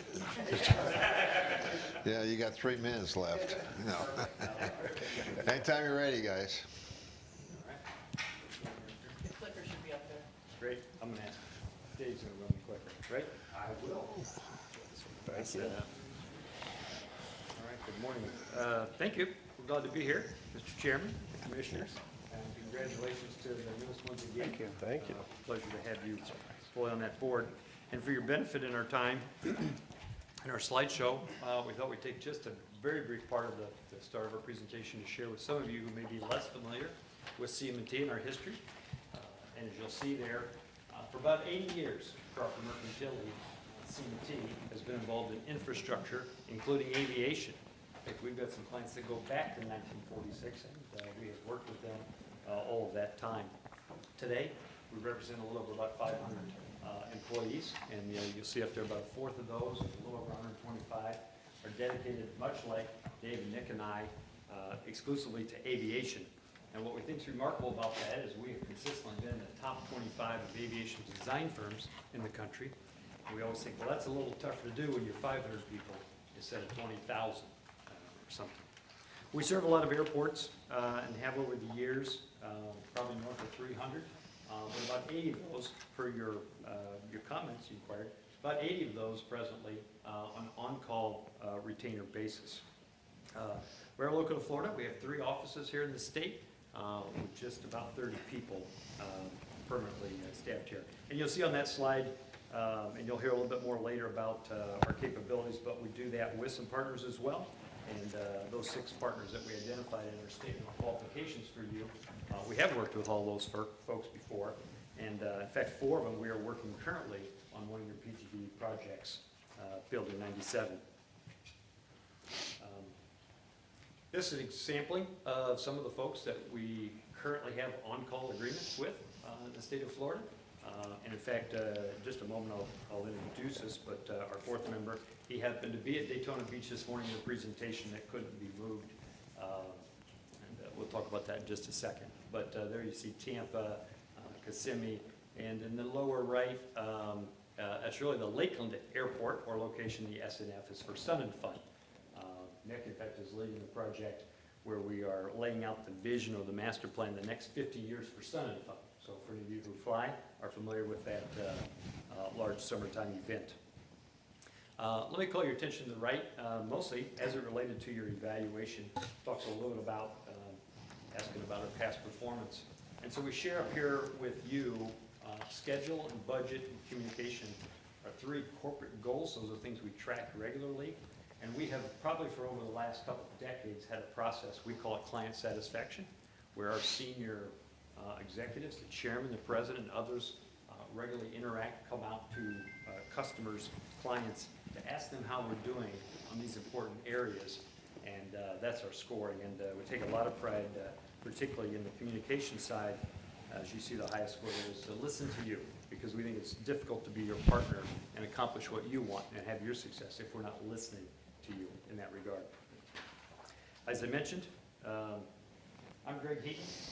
I'm an engineer and a planner by training, and I am the vice president at CM&T. So I will be your point of contact, as well as involved in your projects as project manager for many of them. I'll ask Dave to elaborate a little bit on that in just a second.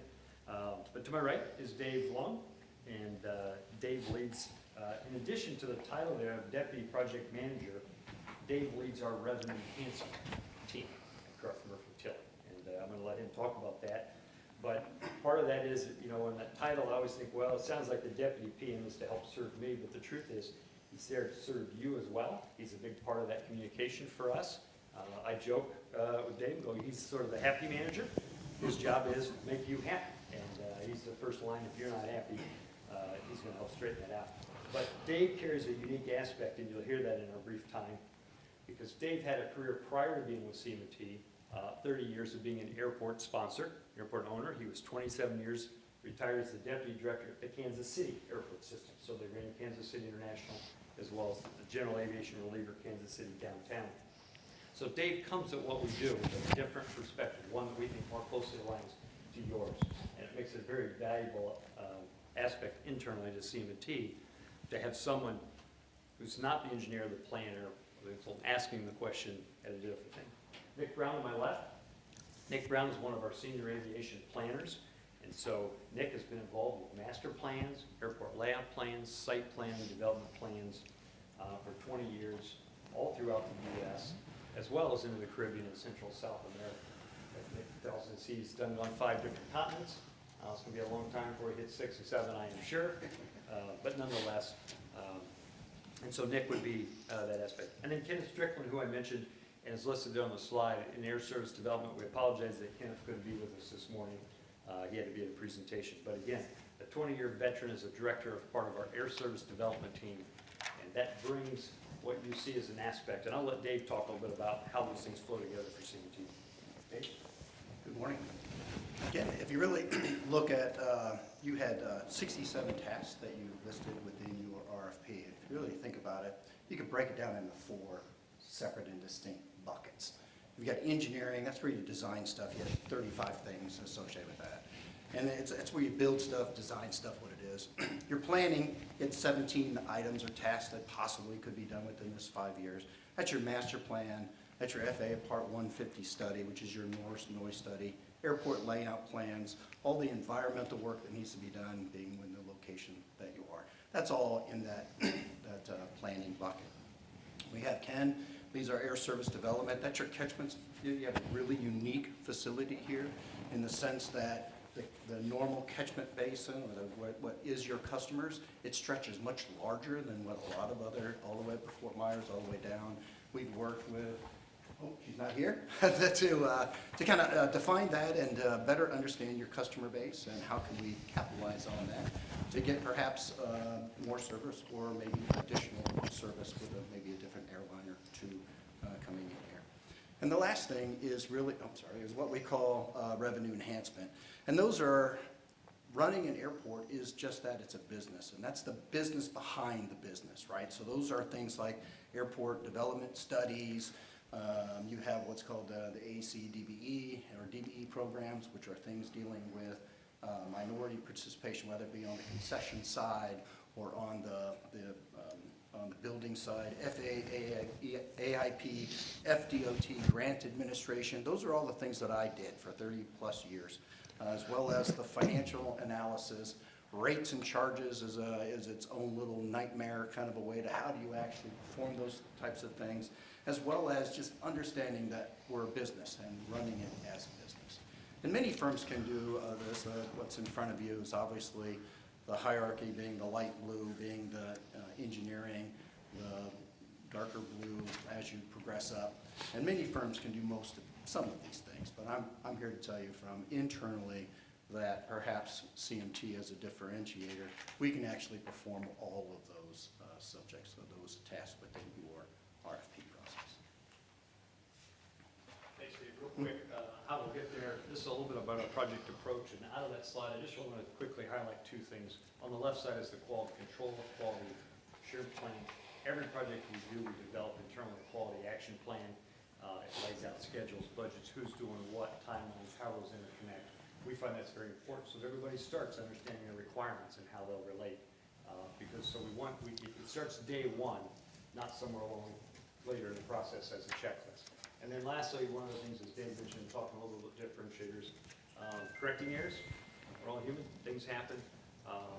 but we're strong believers in, great, if something's gone wrong, bring it to your attention, correct it, stand up, own it, and address it. So those things are critical to our approach. And as a former airport executive, my philosophy with this is really, honestly, really treat your money as though it's our money. And that's, I think that goes a long way to understanding all of that. We are currently doing business for you at the airport. We are part of the design build team for those projects that are less than $250,000. What that has given is we were, well, I don't know if we were first, but one of the first folks that were on the scene for Hurricane Ian to help Chad and company actually go through all of the insurance and understand what the insurance. I was a risk manager for 30 years, so I understood what he was going through and what they needed in order to defend themselves during the insurance process. And we're also currently designing building number 97, which is currently on design, and that should be out to bid first quarter next year. And to wrap up with our 13 seconds left. With that, we thank you for your time, appreciate it greatly.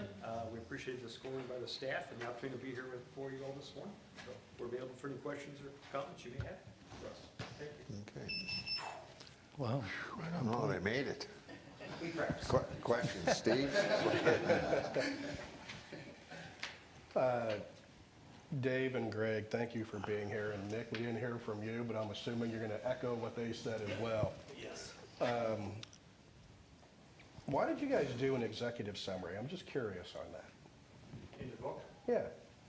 And pretty typically, we realize some people, enjoy having sort of a recap, certainly a way to refresh if they've been through the material, and it brings highlights. It flows out naturally from our process when we're developing that book, Commissioner, because as a team, we talk about what's important, what is the key message, what is it we want to communicate, even in a short period. So. Well, I'm asking because when I had to write one for my dissertation as well. Mine was a heck of a lot shorter than this, though.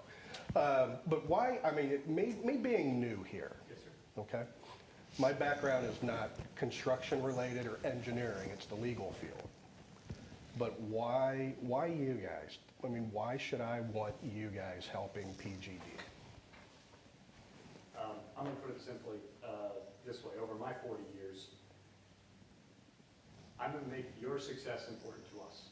And I know it sounds like a cliche, but I've told many clients over the years and said, my job is to help you succeed. So sit down, tell me what it is you want to go. Where do you want to go? A to Z, and we're going to do it. That works out well for us on the long run.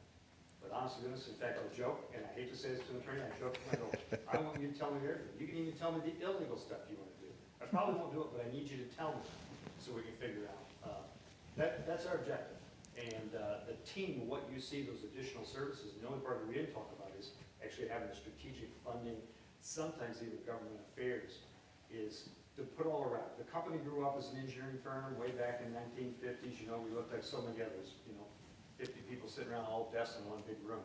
But it grew to be much more. And what we found is even a project like Building 97 could be more effective. We can be more effective for you by having these other ancillary things wrapped around. So as Dave says, we can do all those things. And I think as you heard him indicate, it makes us more effective for you. So your success is our objective. Yeah, because we're forward looking. But I noticed here on your very first page of your summary here, and I may steal someone's question here, you have a list of about 10 things that you guys kind of forecast or foresee as what PGD may be aiming to or what we may be going towards. Are these possible projects that you guys are all aligned with wanting to be involved in, or what you foresee the airport needs to be doing and thinking about? I think those are the projects that, in having discussions with staff and getting to know staff and understanding where they want to be in the future, those are projects or potential projects in which they had identified over the years that are projects that they may be looking at. So a lot of things change. As we all know, the airport business changes daily, but those were items that were listed or that we had understood as being projects that were potential projects in the future. All right, thank you very much. Thank you. Sure. Good, thank you for being here. You okay? Yep. I'd like to comment, quickly lead through your presentation, and I'd like to comment that you were politically correct on putting page 16 after page 15. I'll have to read that. Yeah, I think so too. Thank you, Chairman. 15 is the Punta Gorda Airport. All right. 16 is the Springfield Branson Regional Airport. One of the things that we do, to maybe go back to answer your question a little bit, is we're in 9 states, 29 offices, fairly new, about the last 5 years or so, into the southeast market in Florida. And to answer your question in a little different way that they had, is that this is a market that from the very top of the company down to my level, nothing is more important for us to serve you for this contract. So it's very difficult, as you know. Punta Gorda is a fantastic airport. The 13 proposals, I think everybody would say that's an awful lot. People, quite frankly, like to do business with who they like, and they have a fantastic staff here, and it's just would be an honor to be a part of that. Okay. My question has been, what differentiates, and you are the first one that offered that without asking. What makes us unique? Thank you. The only thing I would add to that answer, though, is, we've talked about, and Dave mentioned some of the projects that we're currently helping you all with. So we offer that familiar perspective a little bit, but also we're going to give you that fresh perspective, by being able to come in and hit the ground, with some of that familiarity, but also come in and give you that fresh perspective on a lot of things that you've had some of the folks doing for many years. But we can help bring that outside of the box and look at things maybe from a different lens that maybe wouldn't otherwise be. So that helps differentiate. Excellent. Okay. Thanks, guys. Thank you. Appreciate it. And let the record reflect that I left it right here.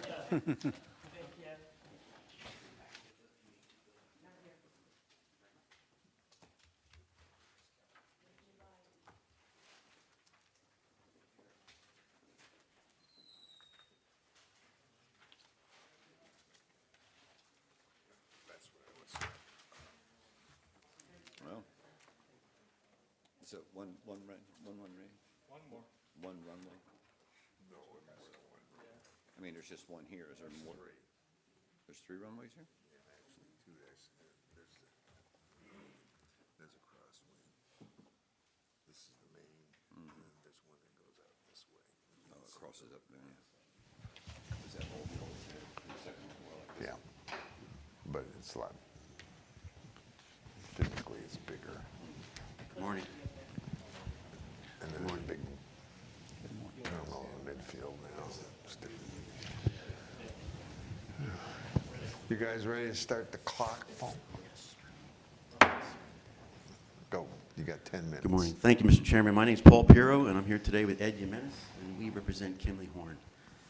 And before we start, I just want to welcome the new commissioners. Ed and I were here at the last board meeting, and we witnessed your swearing in and the pictures with your family. It was a special day. Congratulations. Thank you. Thank you. Hit this button. Side one. Got a brief agenda. I'm going to begin with who is Kimley Horn. We'll talk about our management team, our overall team, and why we're here. And how do we know this airport, Point de Gorda? And then finally end with why select, why we think you should select Kimley Horn. Let's start with Kimley Horn. So we were founded in 1967. We're a full-service engineering, planning, and environmental consulting firm. We're employee-owned. We employ over 8,300 folks across the United States in over 130 offices. This graphic represents where those offices are. If you see that little black dot with the airplane in it, that's where we have an office with a full-time engineering staff for aviation, solely devoted to aviation. And notice the concentration in the state of Florida. A little bit closer to home, here in Florida, we have over 20 offices, 1,400 employees. 60 of those folks are dedicated aviation professionals. If I bring your attention to the Point de Gorda on that pin, just surrounding Point de Gorda, between our Sarasota, St. Pete, Tampa, Fort Myers, and Naples office, we employ over 350 people. Not just aviation folks, but a variety, very specific variety, that's very accommodating to a contract like this on call where any kind of assignment could come up. The lower left-hand corner, go back, Lower left-hand corner, Kimley Horn is ranked number 6 out of the top 25 consulting firms, according to our industry's leading magazine, Engineering News Record. Specific to on-call, this graphic here represents where we currently hold on-call contracts for airports.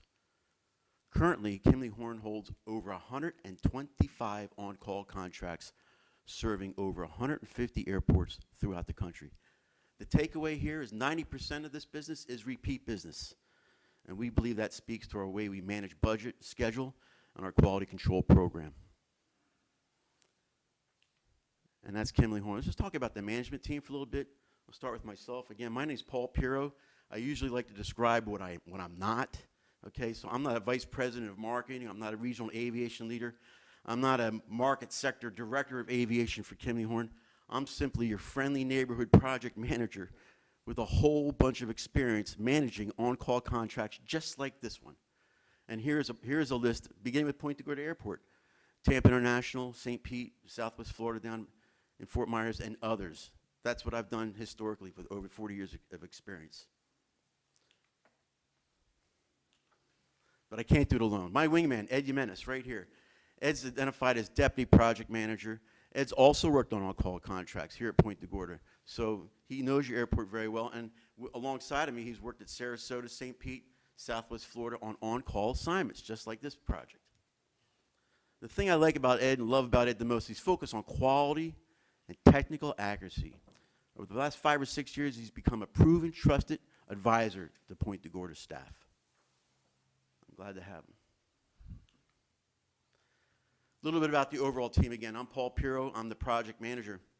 The way we've seen on-call contracts historically, there's a variety of assignments. It could be a number of anything, and it could be assignments happening concurrently. And for that reason, we set up an org chart here that's set up in 3 columns. The first column on the left would be the airside service group leader, led by Ed Jimenez right here. Any assignments on the airside, Ed will be supported with staff and technical folks that are well-versed in your airport to solve challenges on your airfield or projects on your airfield. Ed will lead a small team to achieve that. Similarly, Jared Mooring is identified as the landside service group leader. Jared will also be supported with a team of technical folks. Anything on the non-secured side of the fence, Jared will lead a small team to do that. And finally, Ian Nestler. This is a registered architect. Ian is with PGAL, one of our architectural partners. And Ian will lead a small team of professionals, anything that deals with facilities or vertical, albeit a rehab of a building or a new building. And we've been working with PGAL for quite some time, over 80 projects throughout the country. Our team is supported with an array of sub-consultants listed below here: Tierra for geotechnical, Argus for fueling, Hyatt for surveying, and others. We have worked historically together on on-call contracts very successfully. Let me just describe to you why we know your airport. So this graphic represents just a partial list of some of the things that we've worked on for the staff. I'll begin just to identify some of these. All these projects were publicly bid and working with many of the proposed team members that we have identified on our org chart. Let's start with just identifying some of the highlights here. 1533, that's that orange line, diagonal line going from upper left to lower right. That's the rehab of 1533. Ed and I worked on that together. And in 2021, that project was awarded by FDOT Commercial Service Project of the Year. Great picture of James receiving that award. Another great project that we worked on here was Taxiway Golf. That's that cyan line that goes left and right on the top part of that graphic. That was just recently opened, Taxiway Golf. Ed and I worked on that. That's the ribbon cutting. That's James standing in the middle right there, and Ed and I off to his right. That was a nice day to celebrate the opening of golf for sure. And finally, your primary runway, 422, the design and construction phase services for 422 was done by Ed and I. Okay, great project. There's a picture of Ed standing on the 22 number with Katie Dodge, another person from our aviation team. But I want to bring your attention to the lower right-hand corner. That's me crawling into a stormwater manhole on your terminal apron. I got a call from Ray a couple years ago. After he tried to reach out to some other consultants, he got a hold of me. He asked me to come down right away. He says, we've got stormwater structures that are collapsing on the terminal apron. You got to come down here, look at this. I got my car from Tampa. Within a couple hours, I was down here, Had to go down the manhole, took some measurements, field observations, took the data back. Ed and I worked up a solution to solve that issue for Point Decoda Airport. That's just an example of on-call activity. You got to be ready and you got to respond. Now, all these projects have a common thread, and I'm going to let Ed Jimenez describe what that common thread is. Thanks, Paul. And yeah, they all have a common thread woven through every single one of those assignments, and that's that they all required close engagement with your staff. That includes Brett, Ray, Corey, Bo for maintenance, George, your FAA tower chief. These are relationships that we've built on project after project, and through the development of these relationships, we've really come to understand what's important to your staff. It includes accuracy, quality, and accountability. That's the foundation of our proven track record at your airport.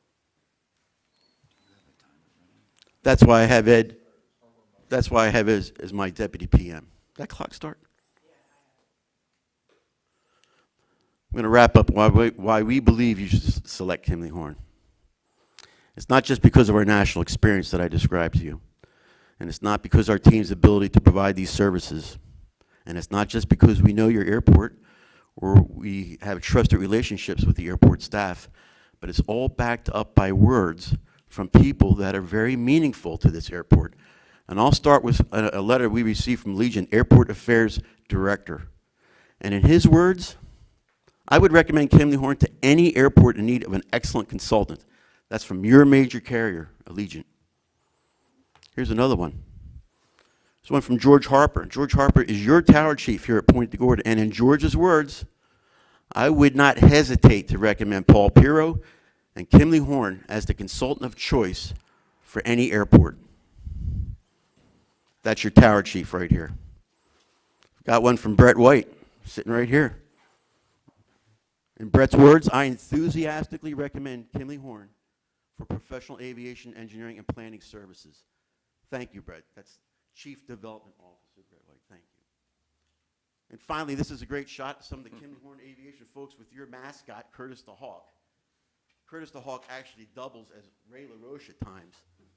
And in Ray's words, everything exceeds our expectations. Anytime we call Paul, he's here, or would send someone. Out of all the firms we use, Paul and his team are setting the example. And that's why we believe you should select Kimley Horn. Be happy to take your questions. Steve? Paul, your letter from Brett has no impact on me. But the picture with Curtis, though, certainly outweighs that. Certainly you have done some work for PGD in the past, and I appreciate you being here. Just a couple weeks ago when I was sworn in for the first time. It was an important day for me and my family, so I appreciate you being here.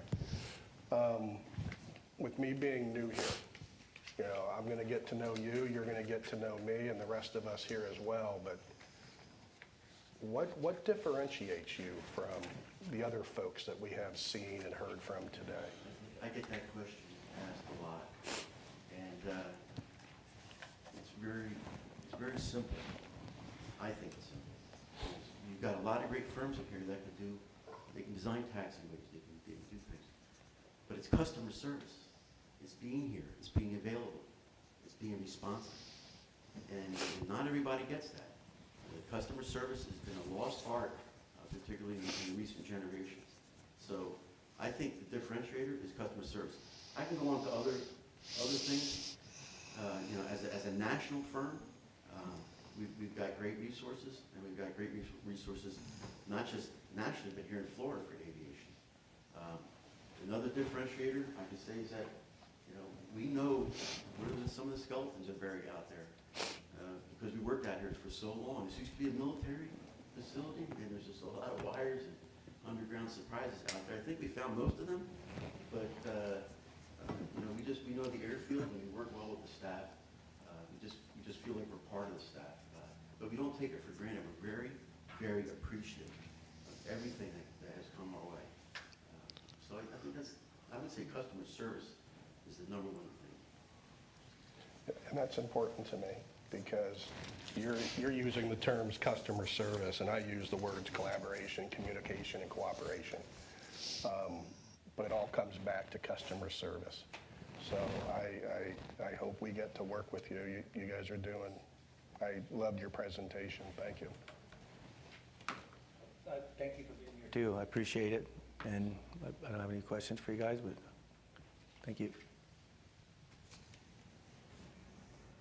Pass. I've been trying to kind of drill down on what makes Punta Gorda Airport unique to a lot of the presentations, and I'm hoping maybe the manhole, you being down in the manhole, is unique to Punta Gorda Airport. But next time I want you to look up at the camera so we can prove it's not your double or something. Truth be told, there's a couple shots with my bald head sticking up. I eliminate those. So. Yeah. But, you know, regionally, obviously, you guys are very ingrained, and I'm just curious, is there anything that, other than our excellent staff that you know, mentioned in your presentation, what stands out about us other than that? We work at a lot of airports, and honestly, I tell my staff, and they're very young, they're younger than I am. I said, if throughout your career, if you get one airport like Punta Gorda as a client, consider yourself very lucky. What stands out is James is a former engineer. He talks the talk. You know, I think we all share the same priorities when it comes to the airfield and safety. And what stands out is just frankly, it's like a family here. That's the feeling, and we all want the same thing. We all want to make the airport better. And like I said, we're very grateful for everything that's come our way, James. Thank you. Thank you. Okay. Thank you. Thank you. Thank you very much.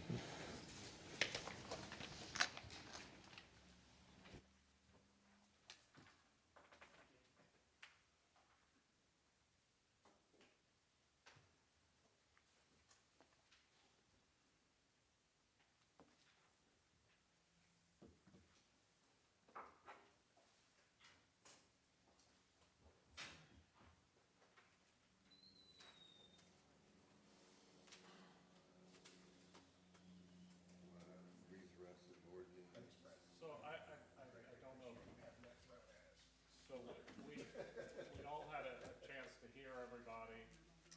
Staff ranked the firms. Honestly, my ranking changed during the presentations a little.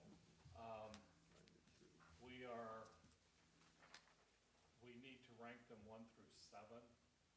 We'll take all your rankings and kind of come up with a master. And then we'll send that out to everybody after this meeting. We don't have to do it right now. Then that'll be presented at the January meeting to select the top 5 or 3, whatever the board wants. I would select the top 5, and I only say that is because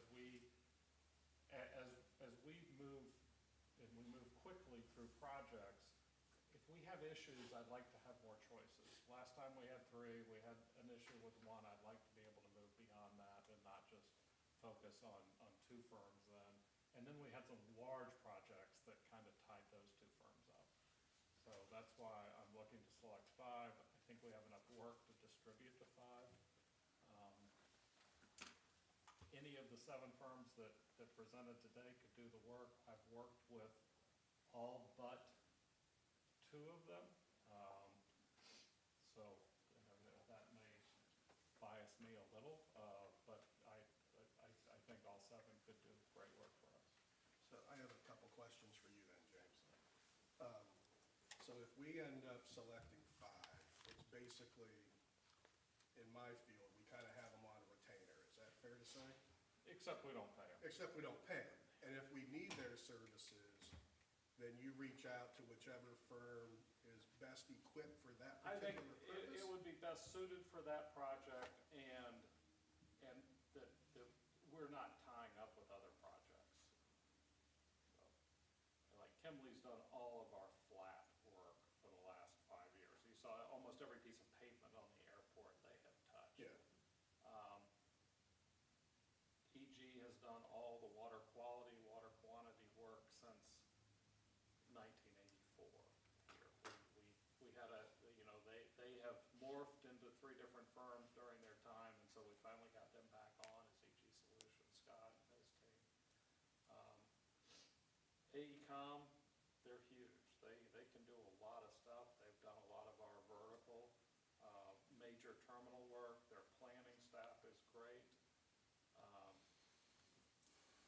Michael Baker, they've done some other smaller vertical work. I've had issues, but the history is always good to have. And I think we've worked past a lot of that. So I think we have 7 great choices. I'd like to pick 5 and then move on. And we'll sign a 3-year agreement with each of them with a 2-year option. And we only went to the 3-year this time because we wanted to be able to move forward. We have some big stuff coming up and make sure we have enough on-call service providers. Were they 5-year contracts before? There were always 3 with a 2-year option. Okay. And we just didn't. And are all the options up at this point? Yes, they're all, January. They're all up in January? yes. Okay, There's 3-year with 2 1-year options.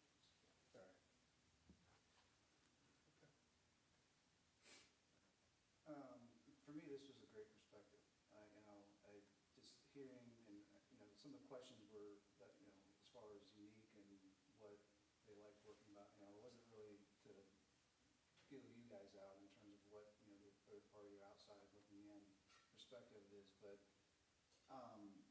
what I liked and I've heard a lot of was conservative, efficient, focusing on form and function, which I think is number 1 on any of these projects, form and function and efficiency. Just one of the things that I want to bring forward to the board and staff and James coming, and working on putting it into a nice format for you, just, what I would like to see or consider over the next 4 years.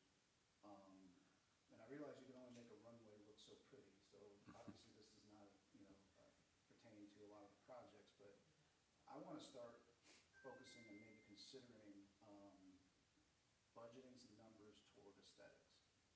Now, the buildings, that's great. I know the terminal expansion, the baggage claim, the rental car, they are form and function, and they are what they are, but especially the perception coming to and leaving the airport.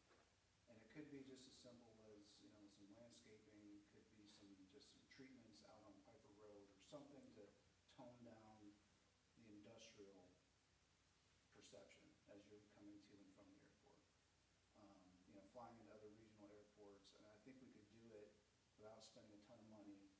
And, I'd like to present some ideas on that. So we have offered to the county to take landscaping requirements that we have to do on projects and put them on Piper Road. Unfortunately, even the part of the road that we own, they won't allow. I would prefer to have $400,000 for the landscaping on Piper than in a parking lot. And so that's some things I think, when we have another meeting, maybe we can talk to the county about that. Because I think if we're gonna have to spend the money on landscaping, that is a place that people see it. Nobody sees landscaping in a parking lot. As a matter of fact, they hate it. Because we don't park for 30 minutes like you do at Walmart. That oak tree is dropping sap on your car for a week while you're gone. Mm-hmm. And then we end up getting angry letters that we shouldn't have put landscaping in the parking lot. So I think that's an opportunity that's really missed, is to provide that landscaping on our entrance more than internally. And on that subject, and we've tried it before, and we probably should do it again, we had talked about a joint meeting with the county commissioners and the airport board, and this is where you gotta put the political pressure on them, say, we want to do this, and we're gonna pay for it, and we're gonna take care of it. And you put them in a position where they can't say no. That's my, I can't even imagine one commissioner saying no to making it more aesthetically pleasing. A lot of times, it's really not the commissioners. It's somebody in the staff. It's, well, we can't do that because of this rule or this regulation or something like that. And I know we're being televised, but, what are you gonna do? So there are options. And I think, all of the people who presented today have heard me say,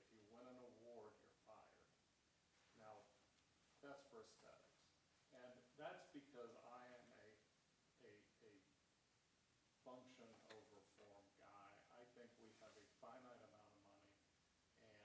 And it just frustrated the heck out of me when I was at the University of Florida and you watched them put 10% of a project into art, which is great. I would rather work with the high schools and the elementary schools and have art on the walls that the kids produce. And we've had projects with the Congress where we had the Congressional Art Project, and we displayed those here as well as in the halls of Congress. And I think we could get a lot more out of that than putting federal funds into aesthetics at an airport.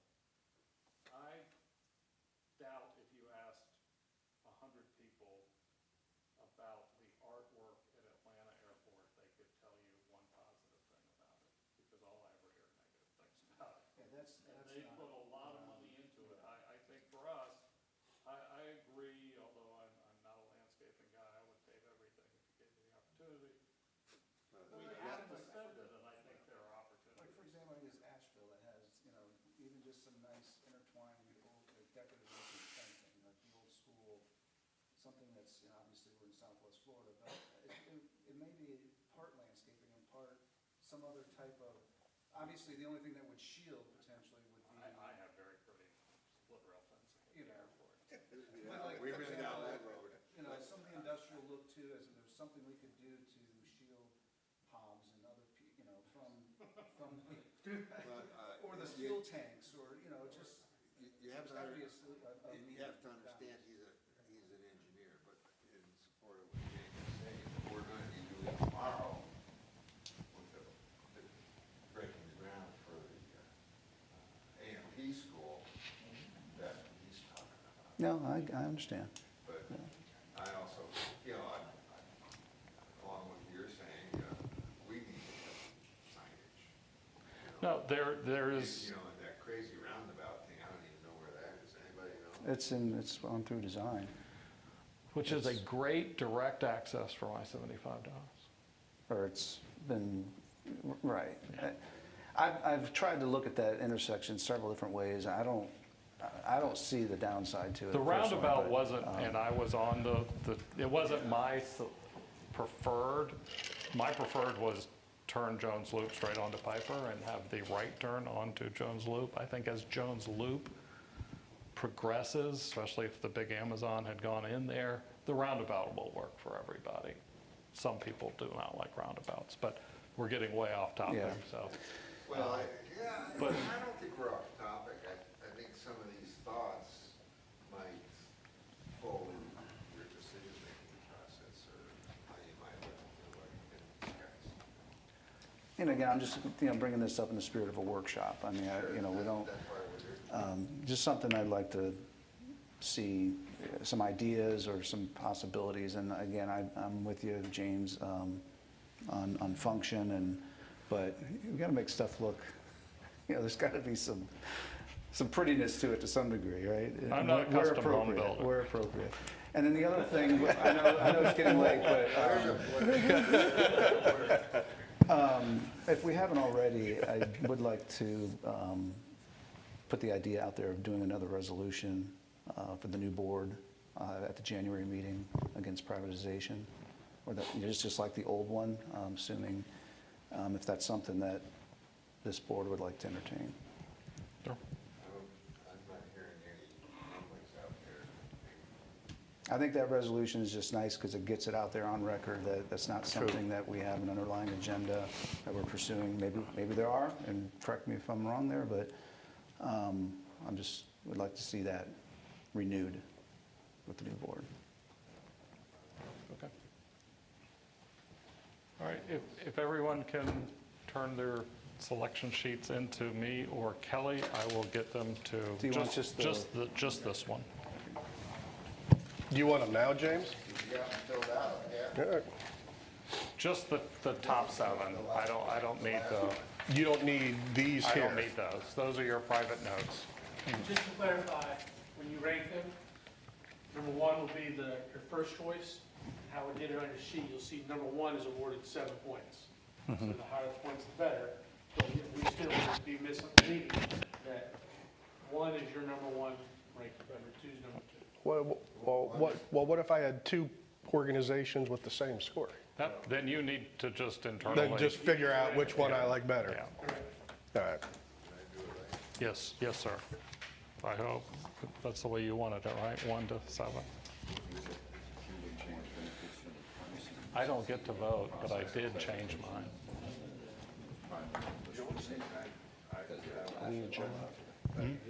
Can we adjourn? Yeah, we're adjourned. Can you adjourn? Yeah, I know, that was pretty good.